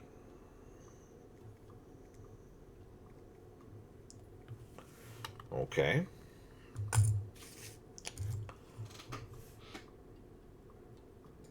My train of thought just left me. Keeping it going. Keeping it going. Keep thinking. Let's get back over to her. Okay. Can you tell me about your granddaughter? Anything else? Anything else? Okay. I was 40 when she was born. Oh, or no. 37, or was it 42? But I don't know how old you are. First name longer than last, just like mine. Not next to any of the daughters. Passed at the same age as poor Becky.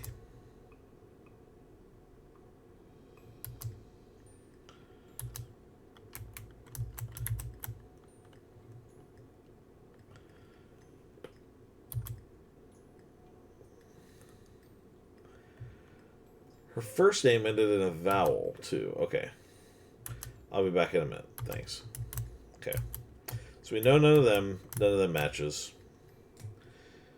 So Penelope actually is a potential option. Because Penelope was both 50, and she has a longer name, and it ends in a vowel. So she's at 50. Patricia is not a good fit because she wasn't the same age. Because the other girls were either 50 or 40. See, she was 40. Now Lenore, wow, Lenore died young.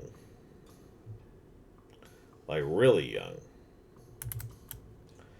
Paula, wow, 5 years old. Okay. Fiona,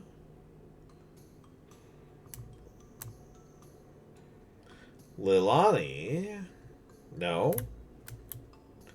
Faye, Linda, Margaret, no. Madeline, no, she wasn't the same age.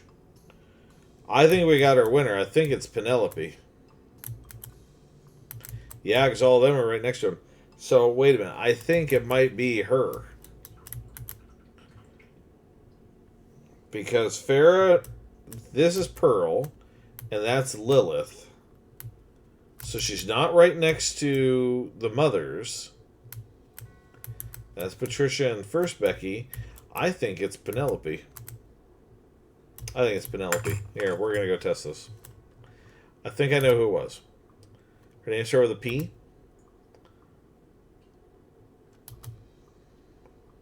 Penelope.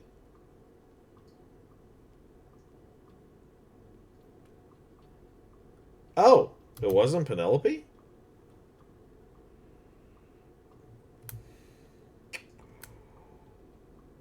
Okay, so it wasn't Penelope then. Weird.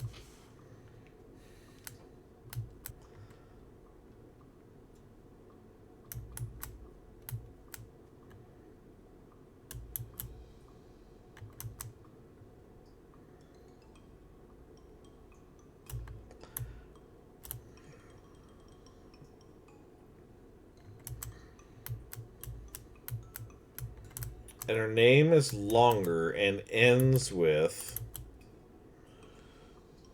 a vowel. So why are we playing in the graveyard?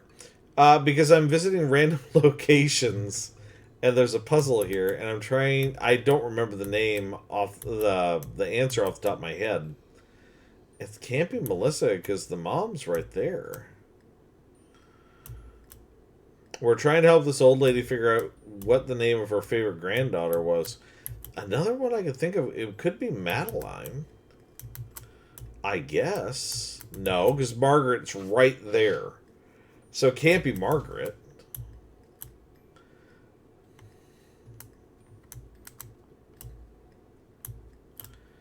Fiona first. Paula. Lilani. But the mom's right there. Lenore. Can't be Lenore. I'm actually a little shocked it's not Penelope.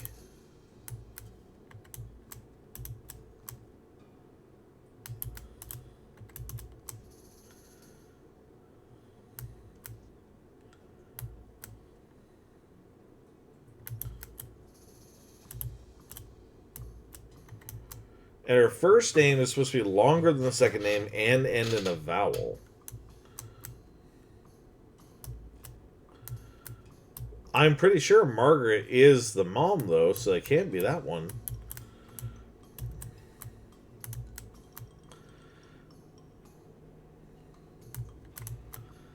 Unless I'm missing something here.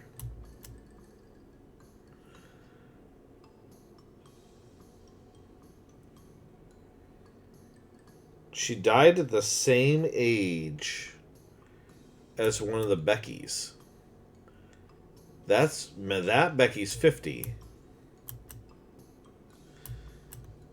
And this Becky is 40. No, she's not. No, she's not. She's not 40. I wrote that down wrong. That's 37 to 75. That's not 35 to 75. That's 38 years old. Hold on. That actually might change the whole answer. That might change everything. Hold on. How old She was 23. Melissa. Melissa's not technically right next to Mom.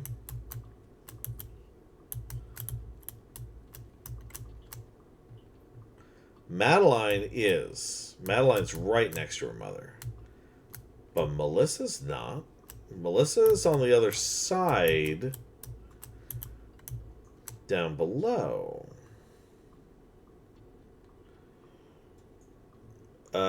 64 minus 49. Hold on.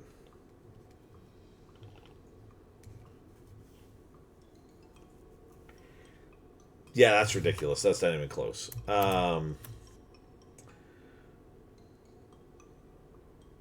63 minus 47 also wouldn't be it either. It's way too young.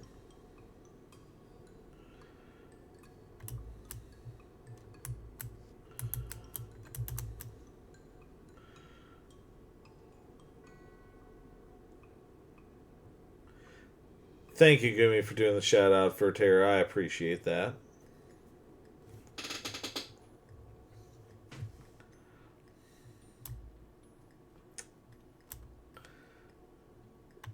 Maybe she'll be over by tomorrow. Oh, God. I have to go and rest.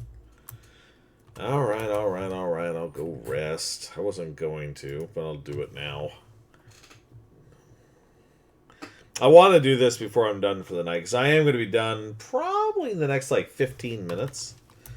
I do have a regular, sleep schedule that I've been on recently, and we've made a lot of progress today, which has been good. You go to sleep. You dream that you're climbing a mountain with a fish on a circus carousel. Suddenly you get married to a blueberry pie. You wake up drenched in sweat. Well, okay then. You wake up refreshed and restored, and hungry, and sober. Wow, what a terrible way to wake up. The hungry part. I don't drink. Reboot. Okay.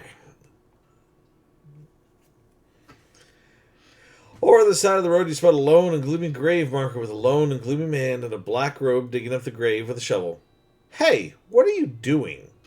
The hooded figure looks at you, looks at the shovel, looks at the grave, and looks back at you. Do I really need to explain? I mean, why are you doing it? Well, it's for necromancy practice, right? I mean, you gotta get the bodies from somewhere. That's despicable. Shrug. He says shrug. Shrug. This is the necromancer's territory now. Your moral outrage isn't really my concern. Did you just say shrug? Yeah, hell yeah, we're gonna kill him.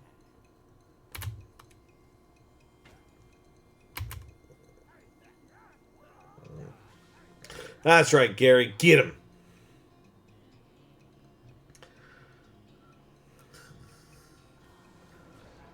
Wow. Ouch. That was kind of painful. You got an item, black hood, and a shovel. Whew. Okay, let's try this again. Okay. Damn it. What was the name? No, I'll be back in a minute. Hold on. What was her name? It's not Penelope. Patricia was way too young, right? Yeah, because let's see. So I'm doing math in my head. 24. Yeah, she was 24 years old. No. It was this one. Melissa, I think. I think I know who she was. Two.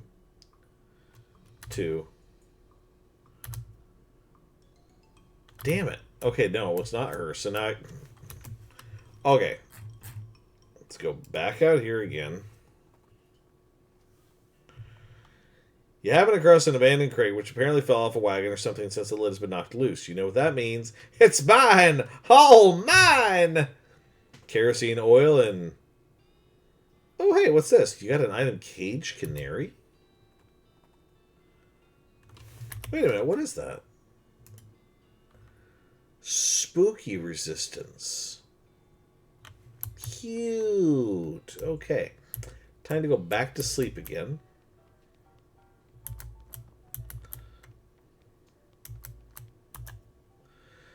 You go to sleep. You dream that you're locked in jail with a shadowy figure in a fancy French restaurant.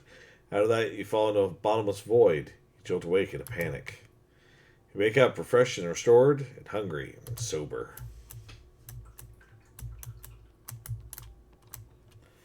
Okay, let's get back up there. Okay. So can't be buried next to one of the moms.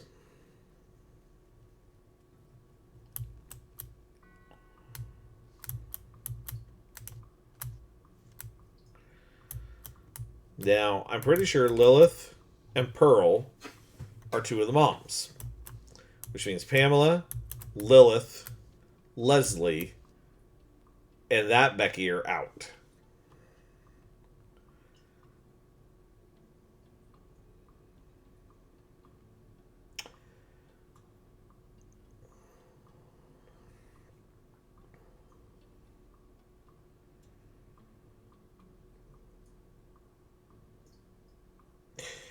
It occurs to me that for some reason, I did not take into account the fact that while, yes, penultimate Becky Smith is not the granddaughter, there is absolutely no reason that she couldn't share the same age, which means penultimate is 24. Where's the other Becky? There was another one that I missed earlier. We already got first written down. I think it's...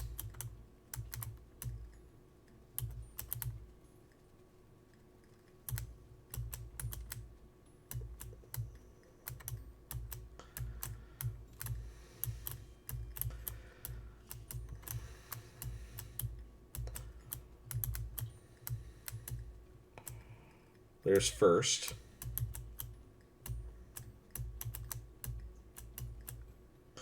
And little. She was 16. Okay, so it has to be somebody who's either 50, 38, 24, or 16 years old. And the name has to end with a vowel. And they can't be next to one of the four oldest people. So now we know for a fact that this gravestone and that gravestone are two of the older people. Because those are Lilith and Pearl. That means no Pamela, no little Becky, no Leslie, and no penultimate Becky. Penelope is not next to anybody. And is 50. However, Granny already said Penelope was a no. We also know Melissa is a no. Okay. Patricia is 24 years old. And is not next to one of the older ones. Her name is also longer than her last name and ends in a vowel. You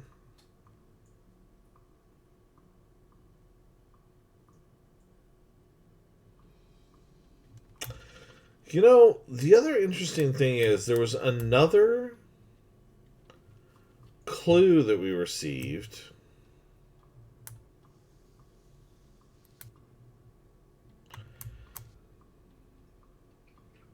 See, how old's Lenore?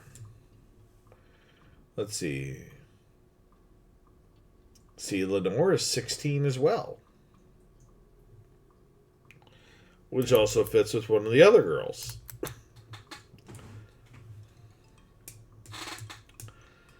But how are you supposed to know? may as well start singing Mamba #5. God, I haven't heard that song in a while. I'm just trying to think of, like, how would I know...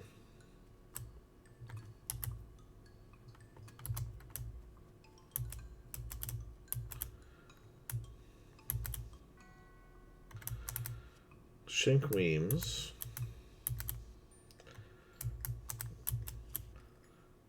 Adam L. Omada. They had him coming and going. Dink Scotch Churkitson. Drowned in a whiskey barrel. It's what he would have wanted. The ground here seems reasonably soft. Dig it up. Okay. Old Dead Tom. Took us kind of a long time to get around to this. Fred Deeks. Couldn't remember the rhyme about which snakes are poisonous. The ground here seems soft. Nerold Flens. Died as he lived. Screaming. Annette Jangle. First lady bicyclist to ride off a cliff. The ground here is reasonably soft. Lavender Crinks. Inventor of the external combustion engine. It's the remains of a picnic. Cat's Eye Candy, Plum Pudding, Gothic Cameo.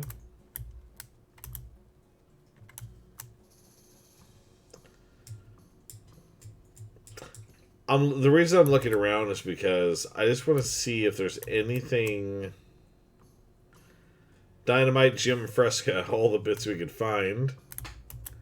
Professional Sword Swallower.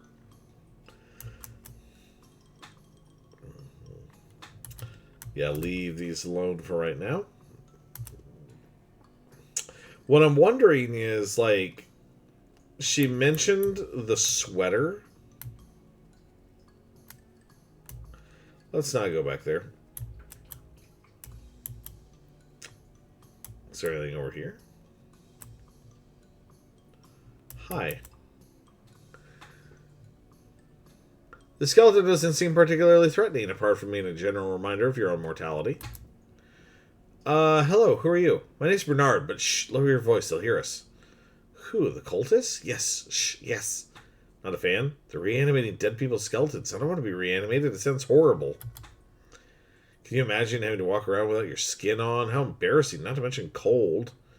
Sure, well, plus, I mean, dying's hard enough. Who wants to come back to life just when you got used to being dead, right? I could see that. Please, can you do something? I don't want them to find me. Okay, I'll let you know when it's safe. Great, thanks. I'll just hang back here until the coast is clear. Okay. That one guy, 1644 to 1702. You know the one. Yeah, him. Guys, it's that guy! It's that guy! That guy's here! We have somebody in our community named that guy.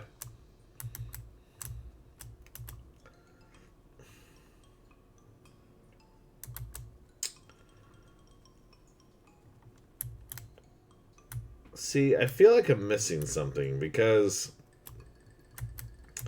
it could be Patricia. It could be Lenore. Oh shit, I love that guy. He's my favorite guy. Yeah. I don't... Yeah, this one doesn't match any of the ages. Yeah, because she'd been 15 years old. Not 16. So...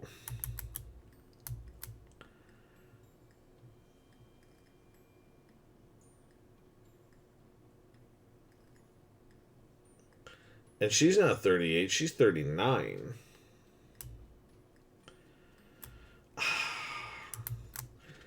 It's either Patricia or Lenore.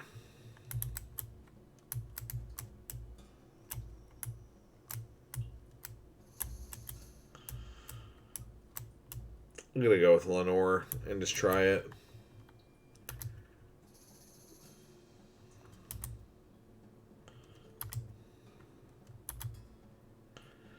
Ah, damn it. Okay, so then I think it's Patricia then.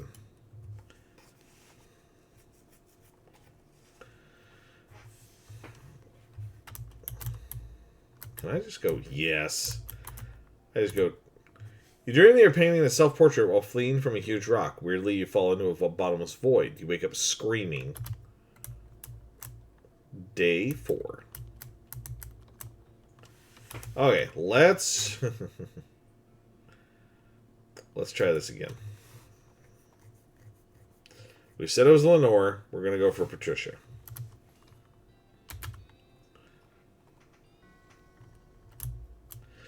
If this isn't it, we're gonna come back to this later. I really hate to do that, but I think I know who she was.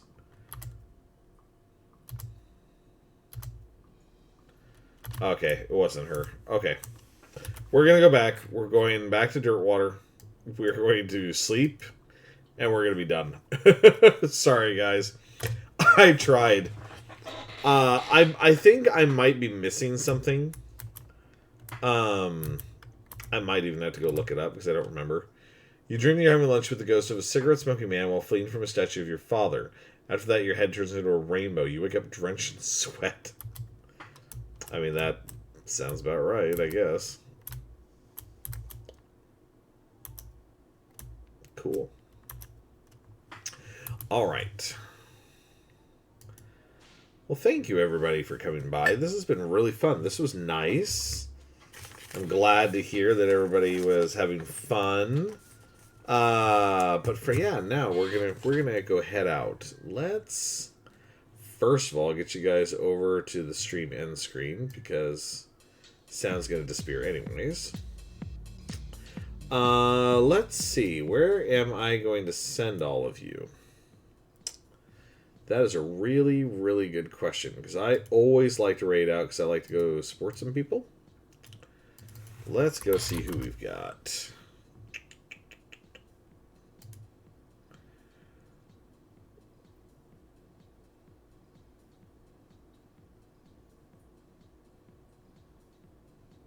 Not a lot of people I know very well, actually.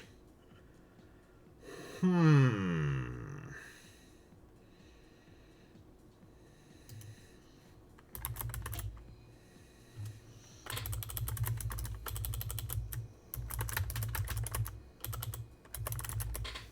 me check something really quick.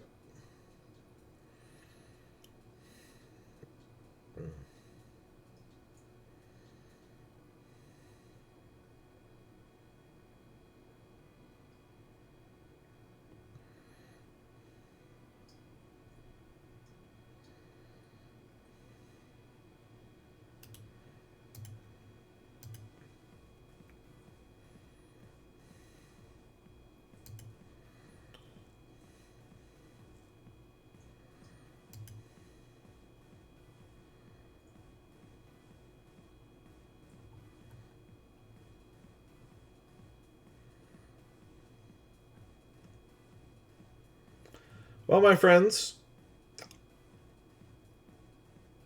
I'm going to send this over to somebody that I have no idea who this is. I've never met them before, but they are also playing West of Loathing. Because, yeah, like most of the people that I have on here, they're either playing a game that it's like I'm not too interested in, and also it just doesn't really fit. So I'm going to send you guys this Solomon Bale VT. Let's start the raid here.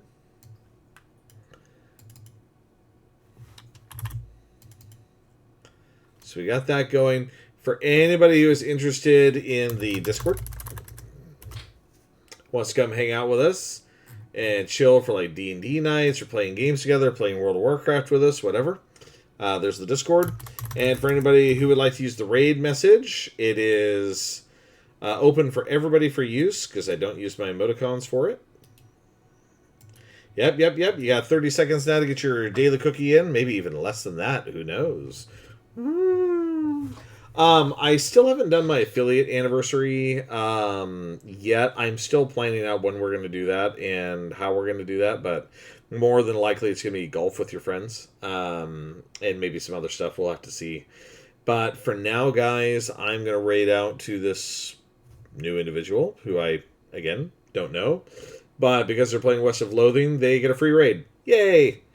So, anyways, have a lovely evening. Love you all. Thank you all so much for your support. And I will see you all again real soon. Ta-ta!